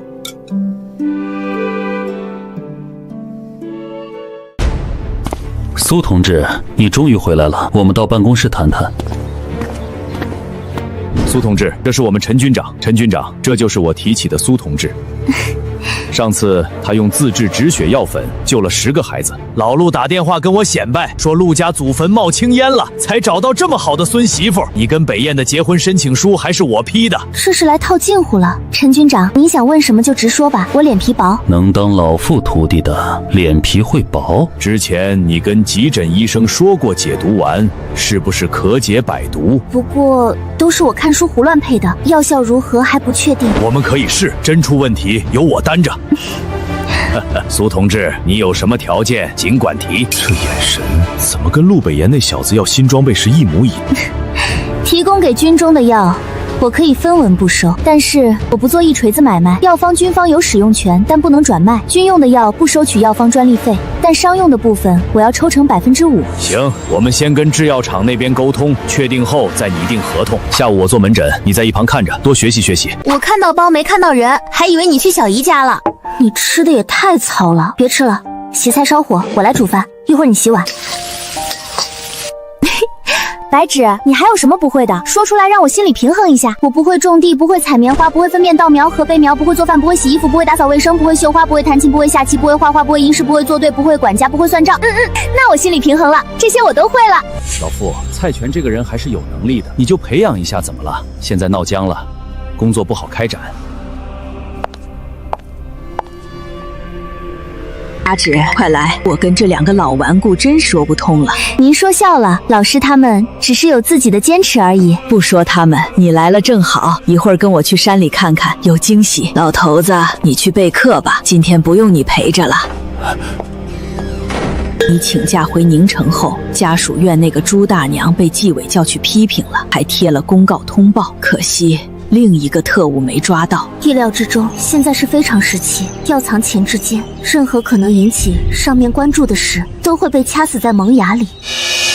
你有什么想法？土壤很肥沃，现在播种还能种2季水稻，亩产300斤不成问题。你真觉得可以？我联系了贵省的老同学，他们2天后带专家组过来。杨奶奶，您不早就检测过土壤，把申请书都交上去了吗？上面批下来了，这事儿必须2天内落实。种子专家组会带过来，但我们得安排好人手补种，分出2个小队来。我同意，抽几个知青跟专家组一起学，咱们再派村里几个人跟着。你要去你去，我不干。好不容易能歇会儿，现在又接活，想累死我啊！白知青，不去就减工分，服从集体安排是下乡知青的基本准则。凭什么你说减就减？那个苏比史是村支书外甥女，现在都不出工，你们怎么不去举报？还不是怕得罪人？你能让苏白蚁来干活，我就服从安排，不然谁也别想强迫我。这次任务的工分从8分提到12分，而且你们想想，如果梯田试种成功，种出来的粮食不用交公粮，最后都会分下来，咱们还有每天喝粥吗？好啊，好。你还不知道，知青们现在对苏白芷的情绪很大。哎呀，这事儿是我忘了跟你们说清楚。苏知青现在的粮食关系不在村里了，他在小学的工作跟其他老师一样，不用挣工分。你们这是包庇他，这次的任务别算上我。可以，那你以后也别跟我搭伙吃饭了，自己煮。毕竟咱们以后能分的粮食不同了。明哥，别跟他置气了。你会不会扎针？不会就回家种田。没看到我孩子的手都被你戳出血洞了吗？对不起，我再试一次。孩子的血管移动得快，我真不是故意的。是什么事？你们护士长呢？我要投诉你，我让你也尝尝被扎的滋味。白老师，别为难新来的护士，谁都有不熟练的时候。你在一旁看着，我来。你个半吊子，我才不。脉搏很微弱，但静心还是能摸出来的。以后记住，这一片区域的血管分布比较接上。这苏老师可厉害了，之前还救了10个孩子呢，听说用的还是自制的止血药粉。嘘，这话可不能乱说。小苏，一会儿有个难缠的病人要来换药，我来处理，你看着就行。护士长，放心吧，我有心理准备。今天你帮我换药，让实习的来就行，反正伤口缝乱七八糟的，正好给他们练练手。您老说这话，谁还敢上啊？这伤口不重缝，1个月都好不了。小丫头，我这老骨头可经不起折腾了。老先生，您这伤口最好重新缝合，不然再发炎就得用刀挖腐肉了。重新缝合要用消炎水吗？当然要用，长痛不如短痛，您忍着点，我动作很快。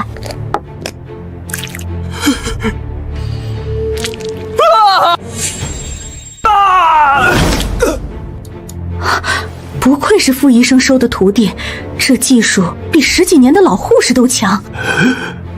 明天在家换纱布就行，5天后来拆线，尽量别碰水。老朱，你从哪儿找来的人才？丫头，你刚才用的消炎水不是医院的吧？凉凉的，一点也不痛。不痛你还叫那么大声？以后我再也不来了。老陈，跟你商量个事儿，医院来了个人才，用的消炎水是自制的，一点不痛。哦，叫什么名字？没问，你去问老朱。你看看我这伤口，就那丫头缝的，技术跟老傅有的一批。您说的人我知道是谁，可惜了。可惜啥？是人才就得捧着。我这边向制药厂申请条件，他们态度强硬，就是不答应。跟我还耍心眼儿？说吧，想让我帮什么忙？我想用医院的名义申请办个制药厂，这样药方就在我们手里，还能给部队创收。这事儿我跟老婆子说，她肯定能办下来，一会儿就给她打电话。说你结婚了，不会是为了骗老爷子假结婚吧？假结婚是真的，不过如果姑娘愿意，我这婚就能成真的。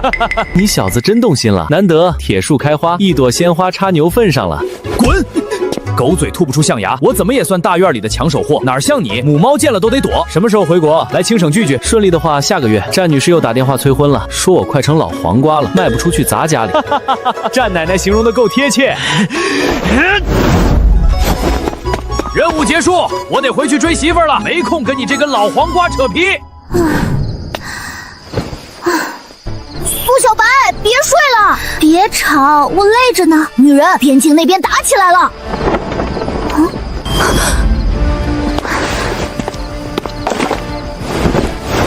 我跟你去，顺便打个野。地震了，地震了！打起来了，我得赶去医院。送下来的伤员越来越多，全往医院送不现实。我建议在附近设一个临时医疗救助站。好，我亲自给王院长打电话，让他连夜组织医护往营区这边赶。小苏，这个病人你看看，手骨错位，轻微脑震荡，送回医院普通病房观察。好，来人，把他抬走。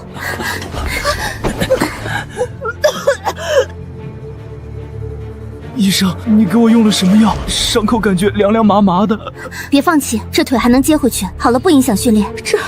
怎么可能？护士长，立刻让人把这个伤员送回去。我老师能做这个手术，伤口处理过了，越快越好。含着这个会好很多。谁处理的伤口？用了什么药？我诊断医生苏白眼，用药生肌药粉。什么是生肌药粉？这伤口还处于黄金缝合期。这种断肢再植手术，生肌药粉、神经修复药粉，如果这些药能均用，手术成功率能提升多少倍？这对师徒要成为医学界的传奇了。遇到特种兵了，快撤！老四你先撤，我断后。秦明回营地领罚。是，队长，他们的人摸过来了。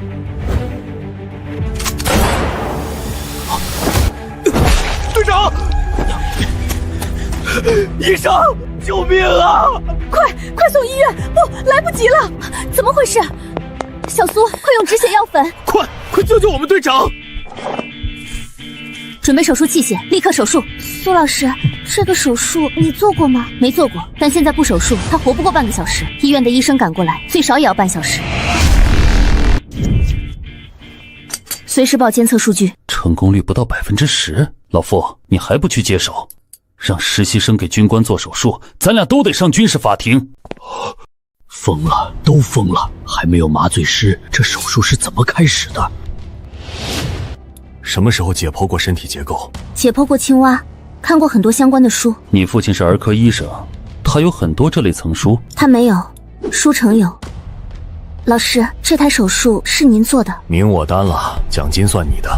谢谢老师，我就知道跟着您有肉吃。长江后浪推前浪，我还没老，就快被拍在沙滩上了。什么情况？你们队长怎么可能中弹？为了推开我，那个人用了霰弹。团长，队长一定能活下来的吧？放你恩的屁！1周前就说配合制药，现在边境打起来，你跟我说机器没买回来。明天你不把这事儿办下来，你这个医药部部长就别当了。别跟我打官腔，老娘扛枪上战场时，你还不知道在哪儿玩沙呢。你个糟老头，啥也不是，这点事儿还得等我回来处理。不行，我得打电话给老陆，他办事靠谱。你不是说那个制药的实习生是老陆的孙媳妇儿吗？这事儿直接找他不是更快？我才不想听陆老头炫耀，他有孙媳妇了。我几个孙子连个对象都没有。为什么要把他送到西南边境？为什么还要压着他的军功？但选择了当军人，生命就上交给了国家。他的命是命，别的战士的命也是命。我是陆振廷。老陆，北燕手术成功了。活着就好，活着就好。虽然喉咙受了这么重的伤，以后，人真是贪心。刚只求他活下来，现在又想要他恢复如初。没那么快结束，他们可能还会不间断的骚扰。越是这个时候越要警惕，他们料定我们不敢真开火，才这么肆无忌惮。这是阳谋对阳谋，就看谁先扛不住。军长，这么憋屈的打太他妈憋屈了，老子现在就想扛枪打得他们再也不敢挑衅。冷静点儿，跟他们耗，损失比我们大，我们得适应常态化备战。对了，苏同志的事必须保密，除了我们几个，不能外传。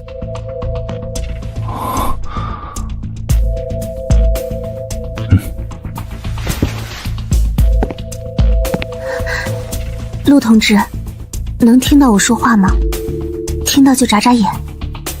醒了就好，后期恢复的好，基本没问题，声带应该也不会受影响。醒了就好，营地还有事，我们就先走了。麻烦苏同志照顾。他们这是全扔给我了。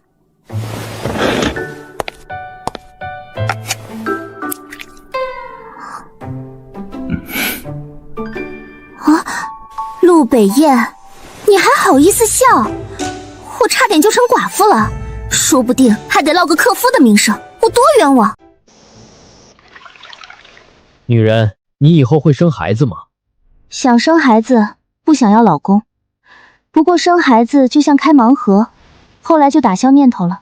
你知道空间的积分破万了吗？如果你怀孕，多胎的概率是100%。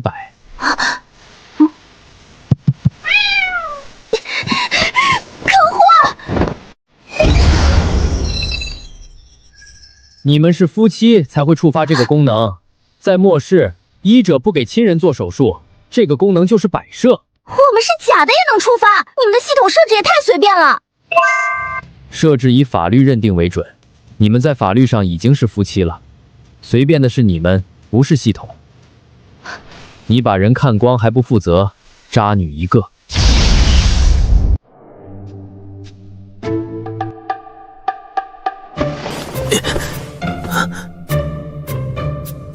嫂子好。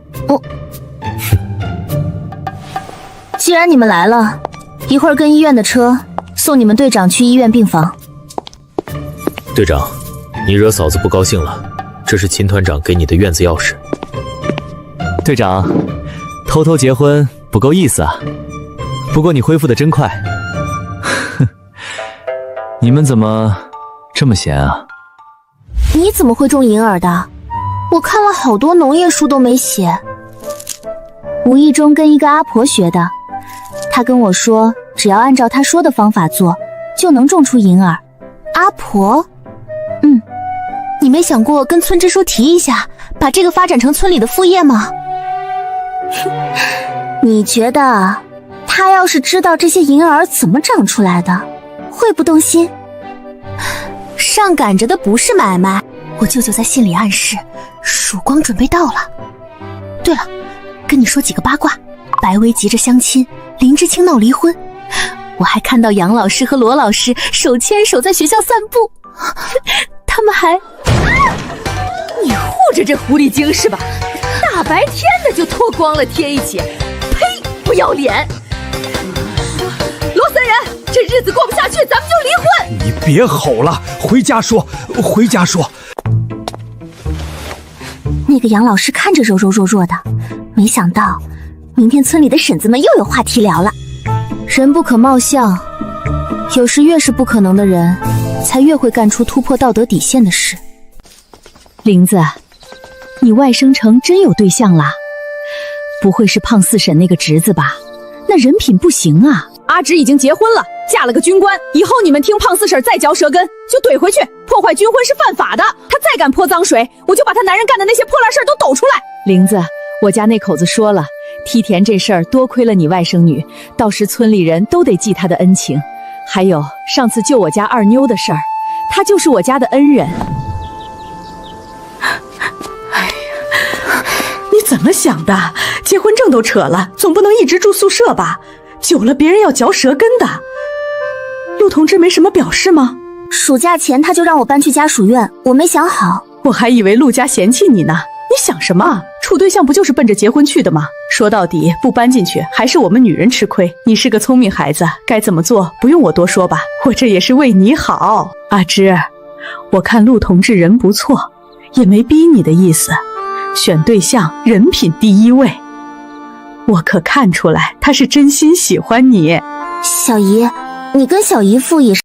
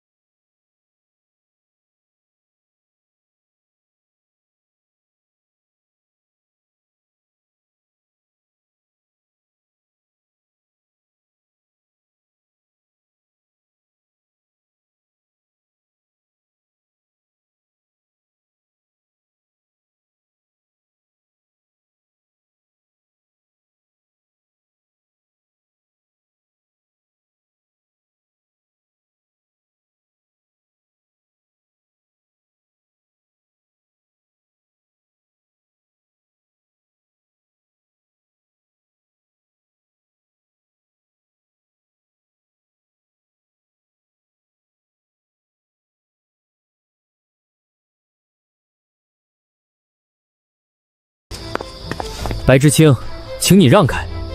振军哥，我们结婚吧。那个三奶子天天堵我，我真的受不了了。我不可能跟你结婚，这事儿你应该跟知青点的其他人说。撞死算了。被那样的人赖上，名声没了，以后也嫁不出去了。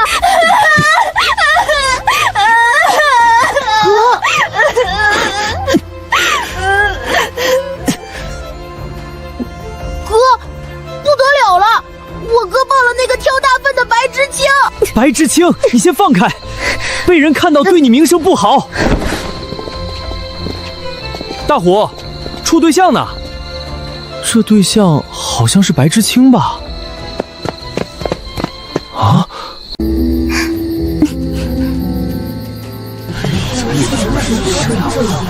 这光天化日的就搂搂抱抱，难怪三刀子看上他。大虎，你们真处对象了？你们两个回家说。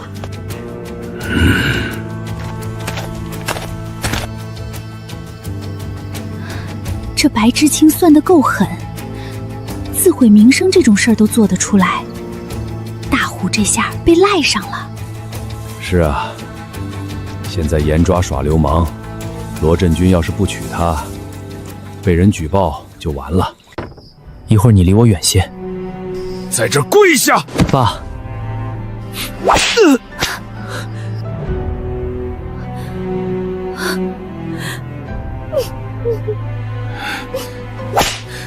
你要娶白知青吗？娶。今天村里那么多人看着，他不娶，就会被当成流氓抓走。请您成全我们吧。你给我继续跪着。你先回知青点吧，我会给你交代的。苏老师，这是你对象吗？长得真俊。不是，他是我丈夫，我们已经领结婚证了。恭喜恭喜啊，看着真般配，以后生的孩子肯定好看。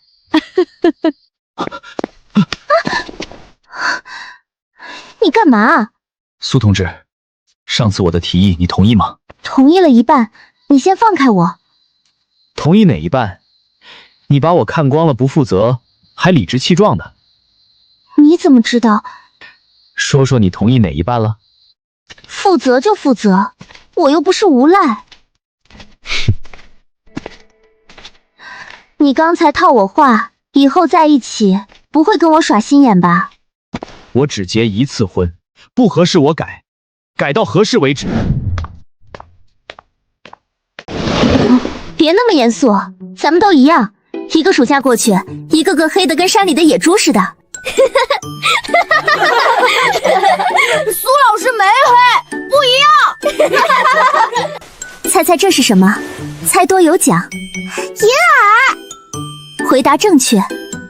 这些就是我们学期末时养的，我和阮老师采摘山柑，今天发给你们一人一罐，罐子保存好，第二批由你们自己采摘，班干部帮忙发一下。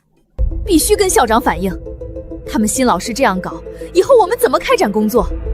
毕业班就该有毕业班的样子，开学就嘻嘻哈哈，成绩肯定不好。自己师德败坏，还有脸说别人？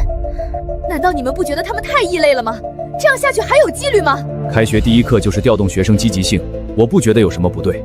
杨老师，以身作则，给学生做好的榜样更重要。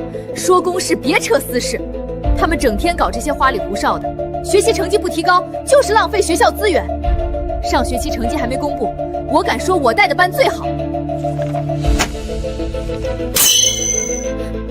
你怎么知道他们成绩不好？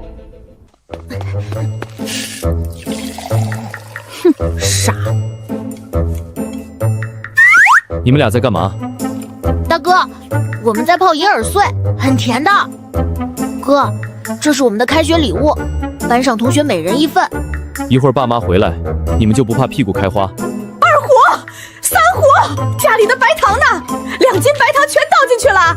妈，我们用白糖做银耳羹了。苏白芷并不知道，他的开学礼物让全村的学生们都在村道上集体跑步。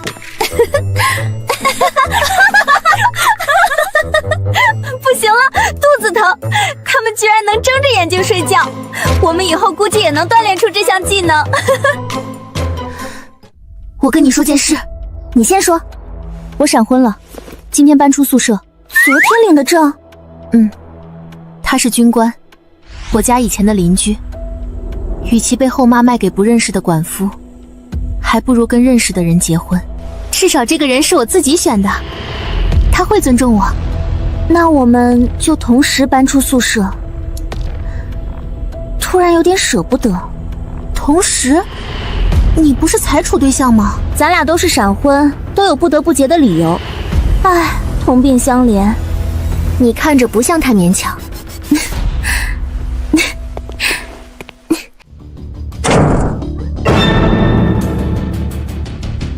杨老师，我跟你无冤无仇，你这是干嘛？你为什么嘴那么碎，到处说人是非？你的是非还需要我说？自己行为不端，还把责任推别人身上，那么嚣张。如果让罗老师的老婆知道了，会不会冲来学校闹呢？杨老师，当天看热闹的人那么多，你怎么断定是阮春秋帮你宣传的？胡乱污蔑别人是犯法的，更别说动手打人了。不是他还有谁？就他凑得最近。有热闹看，当然要凑近了，不然怎么看抓奸大戏？你什么你？用食指指人，没礼貌。你们欺负人，还找了帮手。你们来了正好，帮忙拿东西出去。嫂子，以后你们俩还能当邻居，麻烦嫂子多多照顾我家青青。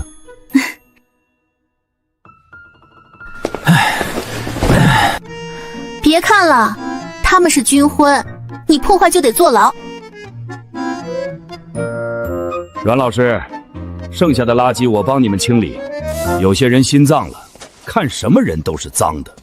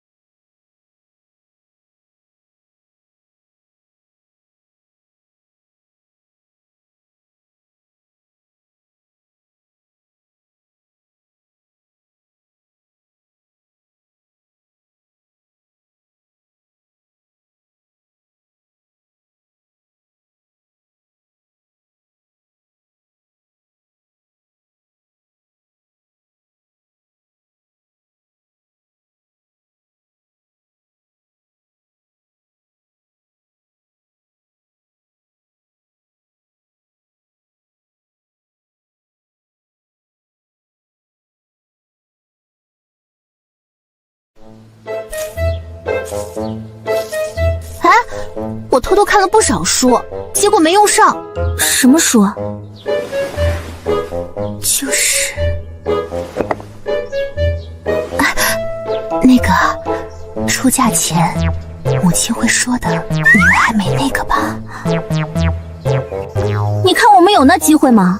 而且我不傻，这种福利不谋，白担夫妻名头，多亏你们学医的知道的多，你多说点，我参考参考。第一次会有些不舒服，如果对方技术不错，可能感觉不到，以后应该是舒服的吧。古诗里不是有写欲仙欲死吗？不知道，没经验。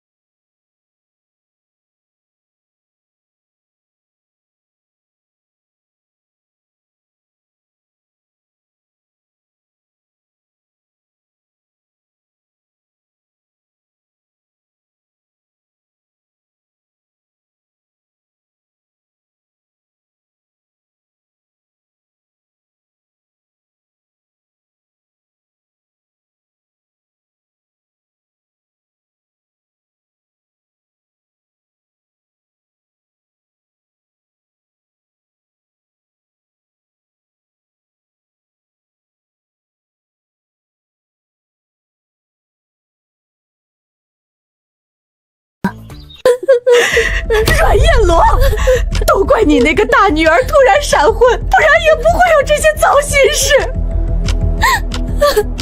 你还有脸说？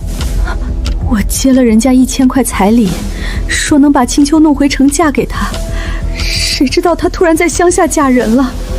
这事儿我没敢跟阮燕罗说。青秋的事以后你别管，欠的彩礼你自己想办法补上，我没钱。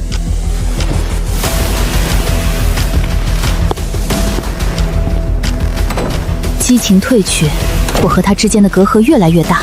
不行，我得想办法把阮春秋弄回来。户口不在京市，我就拿捏不了他。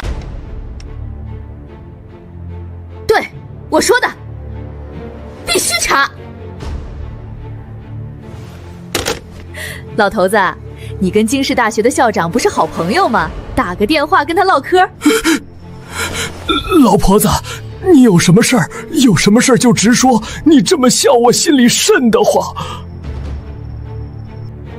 我打，我立刻打，我打！欧阳琴这人太犟，出了这么大的事也不跟我们说，怕牵连我们。以前要不是他帮忙，我跟你都活不。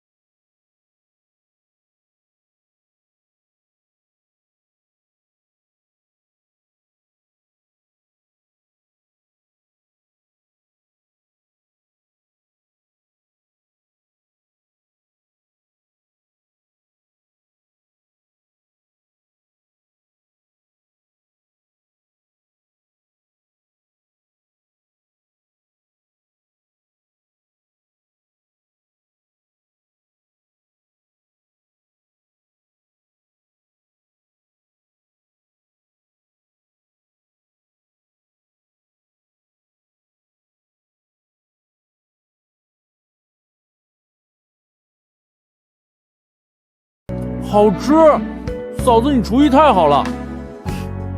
味道很好，你真厉害。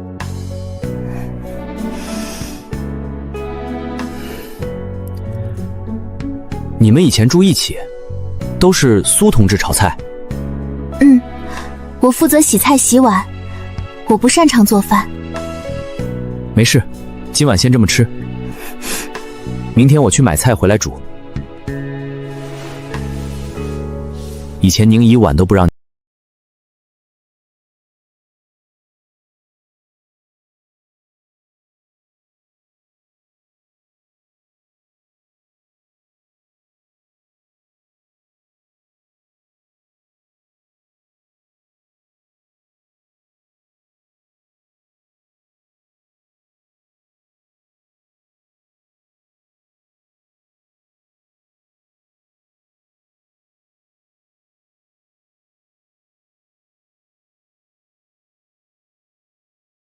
让你儿子去边疆锻炼，你居然求我把他调回来！陆麒麟，我们陆家不养孬种，滚！以后都别回来！我没你这种自私自利的儿子。爸，滚！北风他不适合当兵。没有国哪来的家？你享受着陆家带来的荣耀，却不想承担义务，想都别想！爸，你别总拿别人跟我比较，我没你那样的情怀，我就想过自己的小日子。我儿子的未来我说了算。好啊，你那么硬气，以后对外别说是我儿子。调回来是不可能的，北燕要训练他是他的福气，他以后如果想考军校，我不会拦。今晚这么热闹，啊！大哥，大嫂。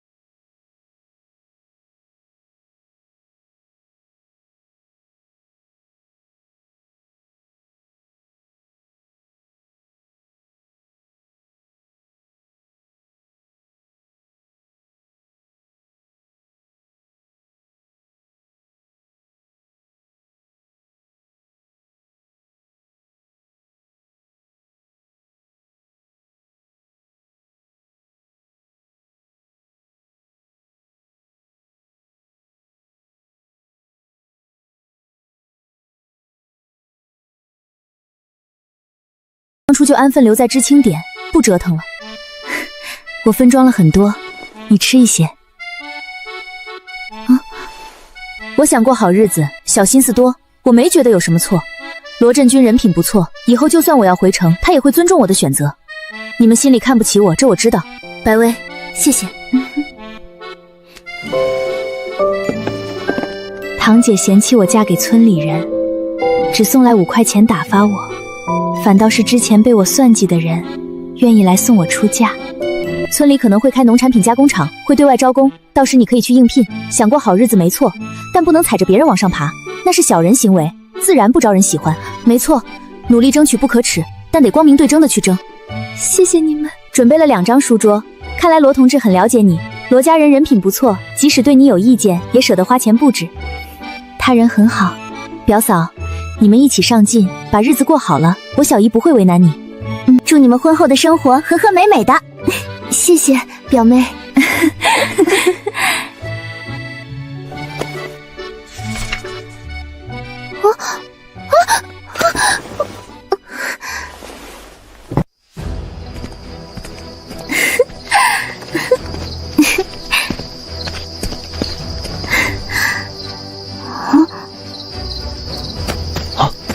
小心！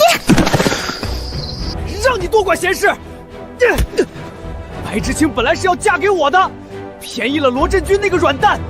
呸！三娘子，你停手！那天我看到你耍流氓在先。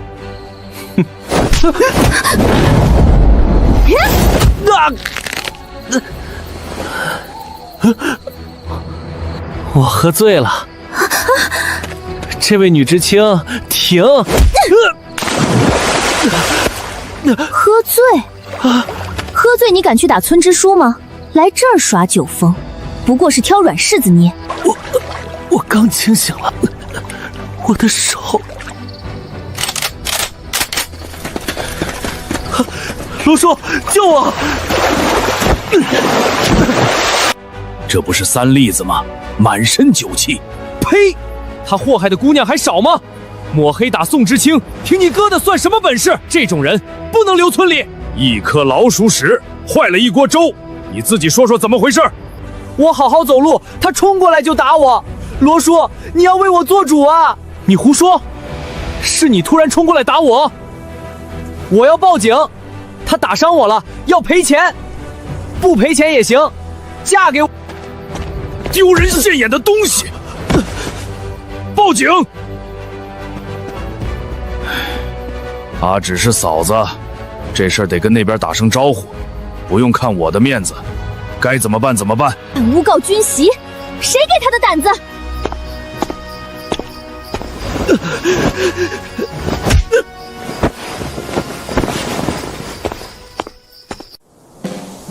丰收的季节，连空气都是稻香味。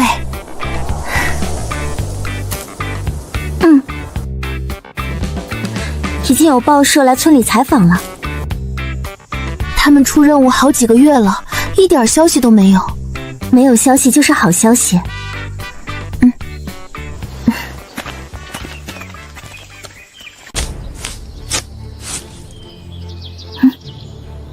可能有野猪，我们慢慢后退。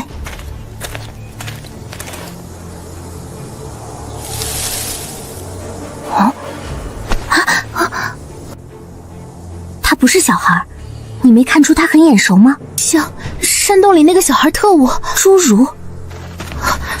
翻过这片山就到罗河村了，大家快点儿！塔四，他们认得你的脸，你服药再过去。放火烧棉花地后，立刻离开。有人！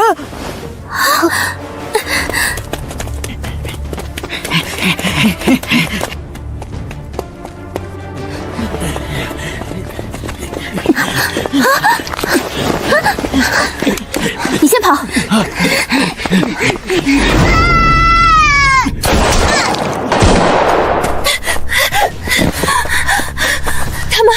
们怎么不追了？他们分头跑了。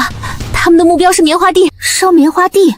他们缺棉花，棉花除了做被子，还还能做炮弹引线，这是军需品。嫂子，小北，刚才那群像小孩的特务，目标是棉花地。按原计划巡逻，其他人跟我走。什么？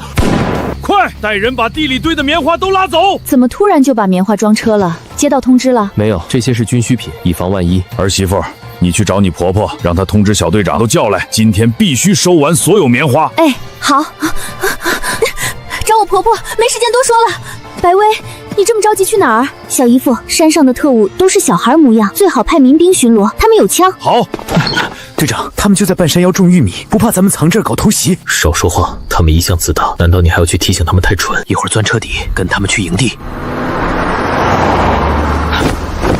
加尔首领，你们这片玉米地最好尽快砍光，否则我不能保证你们的安全。麦将军，您太紧张了，现在是在我的地盘，不会出事。果然，这个麦将军就坐在最后一辆车上。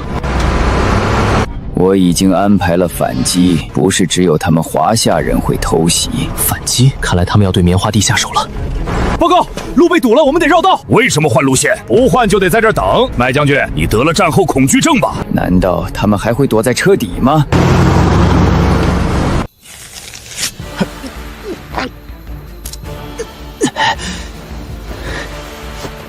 钻进棉花地里放火，这是最好的方式。太冒险了，我们可能会被烧死在里面。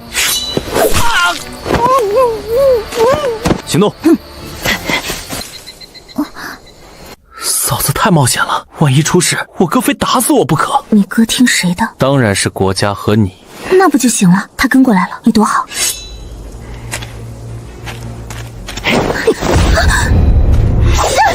你是什么人？哪家的孩子？你打不过我！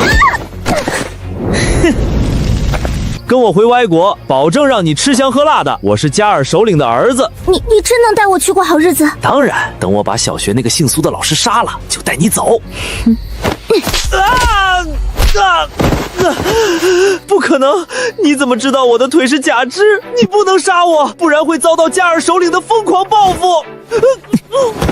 嫂子，跟我堂哥学的，废物利用。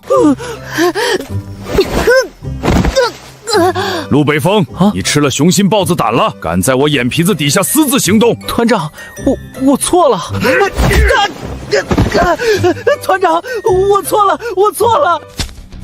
队长，团长只说要作战书和军货，咱们把麦将军的营地炸了，会不会被处分？统一口径是我一个人干的。他怎么会准备这种药？好像料定我会用上。鬼地方，将军能早点回去就好了。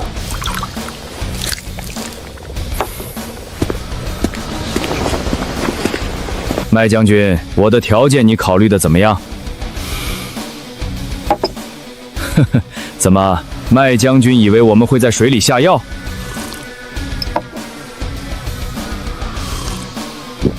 收队。M 国上将在 Y 国被神秘下药，导致瘫痪，双方合作彻底终止。苏芷同志吗？您的快件。哦，好。买断，想得美。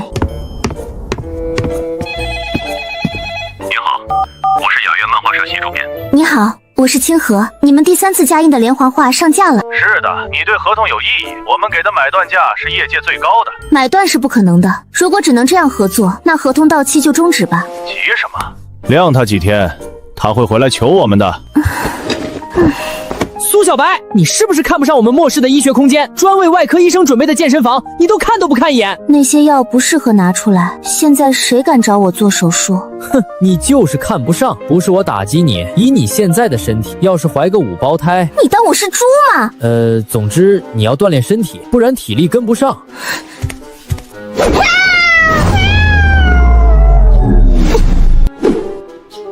空间守则有1条，守护猫太胖会影响系统运行。跑吧你！女人，你惹毛我了。忙完了，正好吃饭。你什么时候回来的？怎么没叫我？刚回来，看你在忙，就下来做饭了。我一会儿还得回营地接受处罚，回来是跟你报个平安。你给的药我用了，没让别人知道。过2天我就回来，到时我们一起去看外公外婆。好，顺便去小姨夫家，表哥办酒席你没去，小姨夫一直念叨你。阿芷，还是你这儿清静。你陪战奶奶下棋，我不是她的对手。昨天的事儿，我听我家老头子说了，你们好样的，就该打怕他们。要我说，就该发一枚导弹过去。现在不适合，憋屈也得憋着。你们跟家属院其他人不怎么来往，不怕被排挤、传谣言？融不进的团体不硬融，反正又不指望他们过日子。青秋丫头有空就来找我唠嗑、蹭饭也欢迎。偏心，我也要去蹭饭。好，好，都来，我退休金多。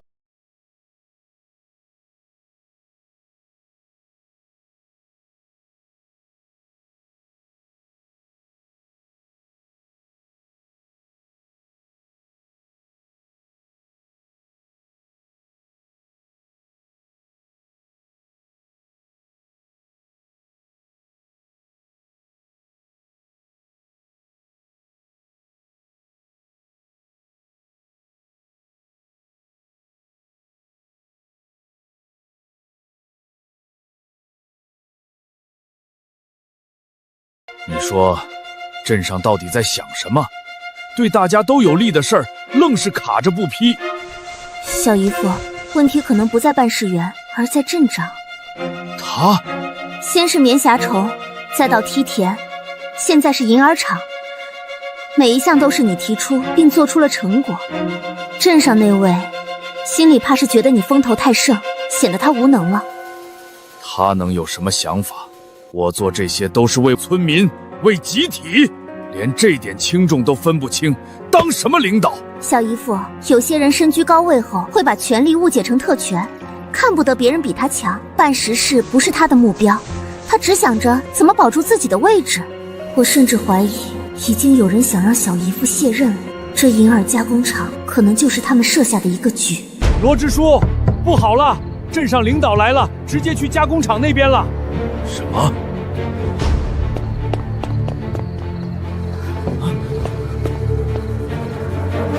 罗大壮呢？怎么还没到？啊！王镇长，您这次来是送批复文件吗？王镇长，您来了正好，我这有份文件等着您签字盖章呢。哼，罗村支书能耐大着呢，还需要我签字？我倒要问问这个加工厂是怎么回事，我可不记得批过。王镇长，我找过您很多次，您的秘书不是说您午睡，就是说您下村了。镇长，找到加工好的银耳罐，证据确凿。你还有什么话说？罗同志，你这是私下开厂，是资本主义行为。我要举报，罗支书包养亲戚。小学那个苏老师给的方法，他们都在搞资本主义，占集体便宜。王招娣，你别趁机报复。闭嘴！是不是事实？带回去审问就知道了。来人，把他带走。我犯什么法了？还想铐我？你宣传资本主义思想，就是大罪。王镇长好大的威风，这是要越过我这个局长直接抓人吗？市长？罗大壮认识市长？老罗，好久不见了。王镇长，怎么回事？到村里耍威风来了？县长，罗河村的问题我跟您反馈过的，罗大壮没获得审批，鼓动村民搞资本主义经营。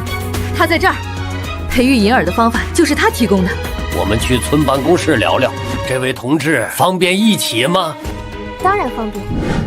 事情就是这样，他犯了严重的思想错误。为集体谋福利跟资本主义有什么关系？最新的政策你不知道，还是明知故犯？还有你这2个秘书，是只为你一个人服务的吧？不拿群众一针一线，口号你喊得响亮，行动是一点没沾边儿。你的问题回去写报告交上来，带着你的人离开。老邓，这就是我跟你提的外甥女苏白芷。阿芷，这是邓市长。苏同志，咱们就当朋友聊天。你怎么看这次的事儿？或者说，你觉得村里办加工厂是资本主义行为吗？这不是给阿芷挖坑吗？什么主意都好，只要能引导国家向好的方向走，为何不可取其精华？现在大家都是摸着石头过河，在探索中求发展，没必要急着下定义，主方向齐就行。留其精华，去其糟粕，说得好。好一个取其精华，去其糟粕。其实这些都是后世实践出来的真理，华夏的国运挡也挡不住。老邓，今天晚了，我们明天再说吧。好，苏同志，改天我们再好好探讨这个问题。没事吧？你小姨夫有没有护着你？要是没有，你是不是准备回去拧他耳朵？他要是敢把你出卖了，我饶不了他。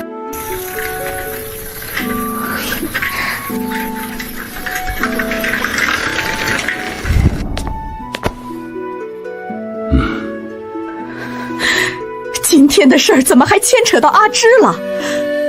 你不会什么都跟那个老战友说了吧？你放心，这是好事儿。我这个老战友是跟陆家站一边的，过完年可能会有大变革。你呀，安分些吧。带头做改革，多是吃力不讨好的。枪打出头鸟，你还没体会够？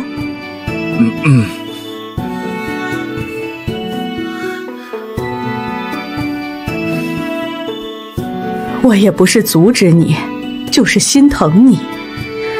唉，随你吧。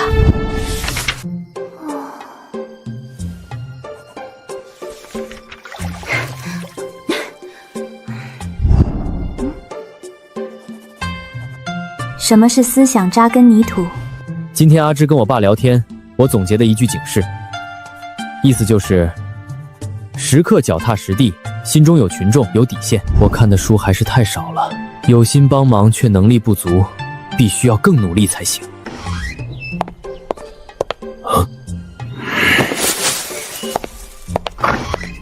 苏老师，你来了正好，第3节体育课你帮忙顶一下。好的。有家长投诉学校要开除罗老师。哦，听说他离婚了。今天我们玩个新游戏，接力跳长绳，大家两两辅对。接力跳长绳？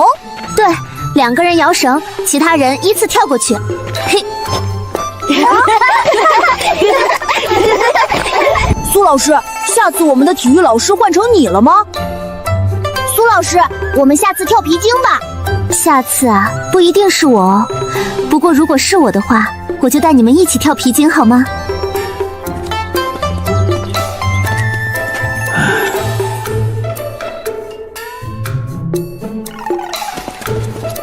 白纸。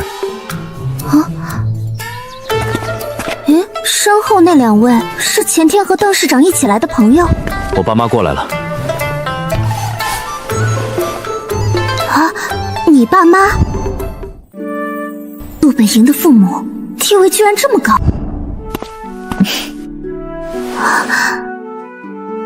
阿芷，我能这么叫你吗？可以。听北燕说你想当医生，我准备了一些国外的医学杂志和书籍作为见面礼。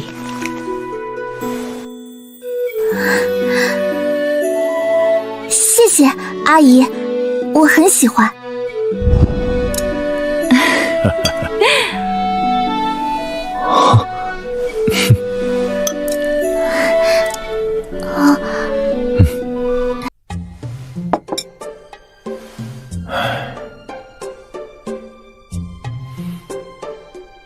北燕，这次我和你妈过来，其实是有件事要跟你说清楚。爸，您说。你回京师的调令，所有手续都已经办妥了，只要你点头，过几天就能走。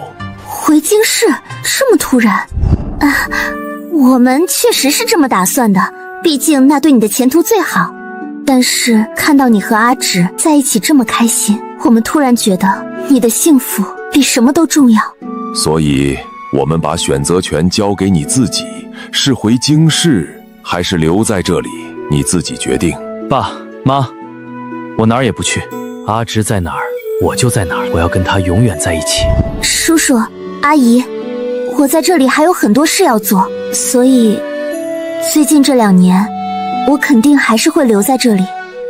好，我们尊重你们的选择，不过嘛，我也有个条件。3年之内必须让我抱上孙子。没问题。妈，您就放心吧。你答应的这么快有什么用？你都不问我的吗？我知道你肯定没意见。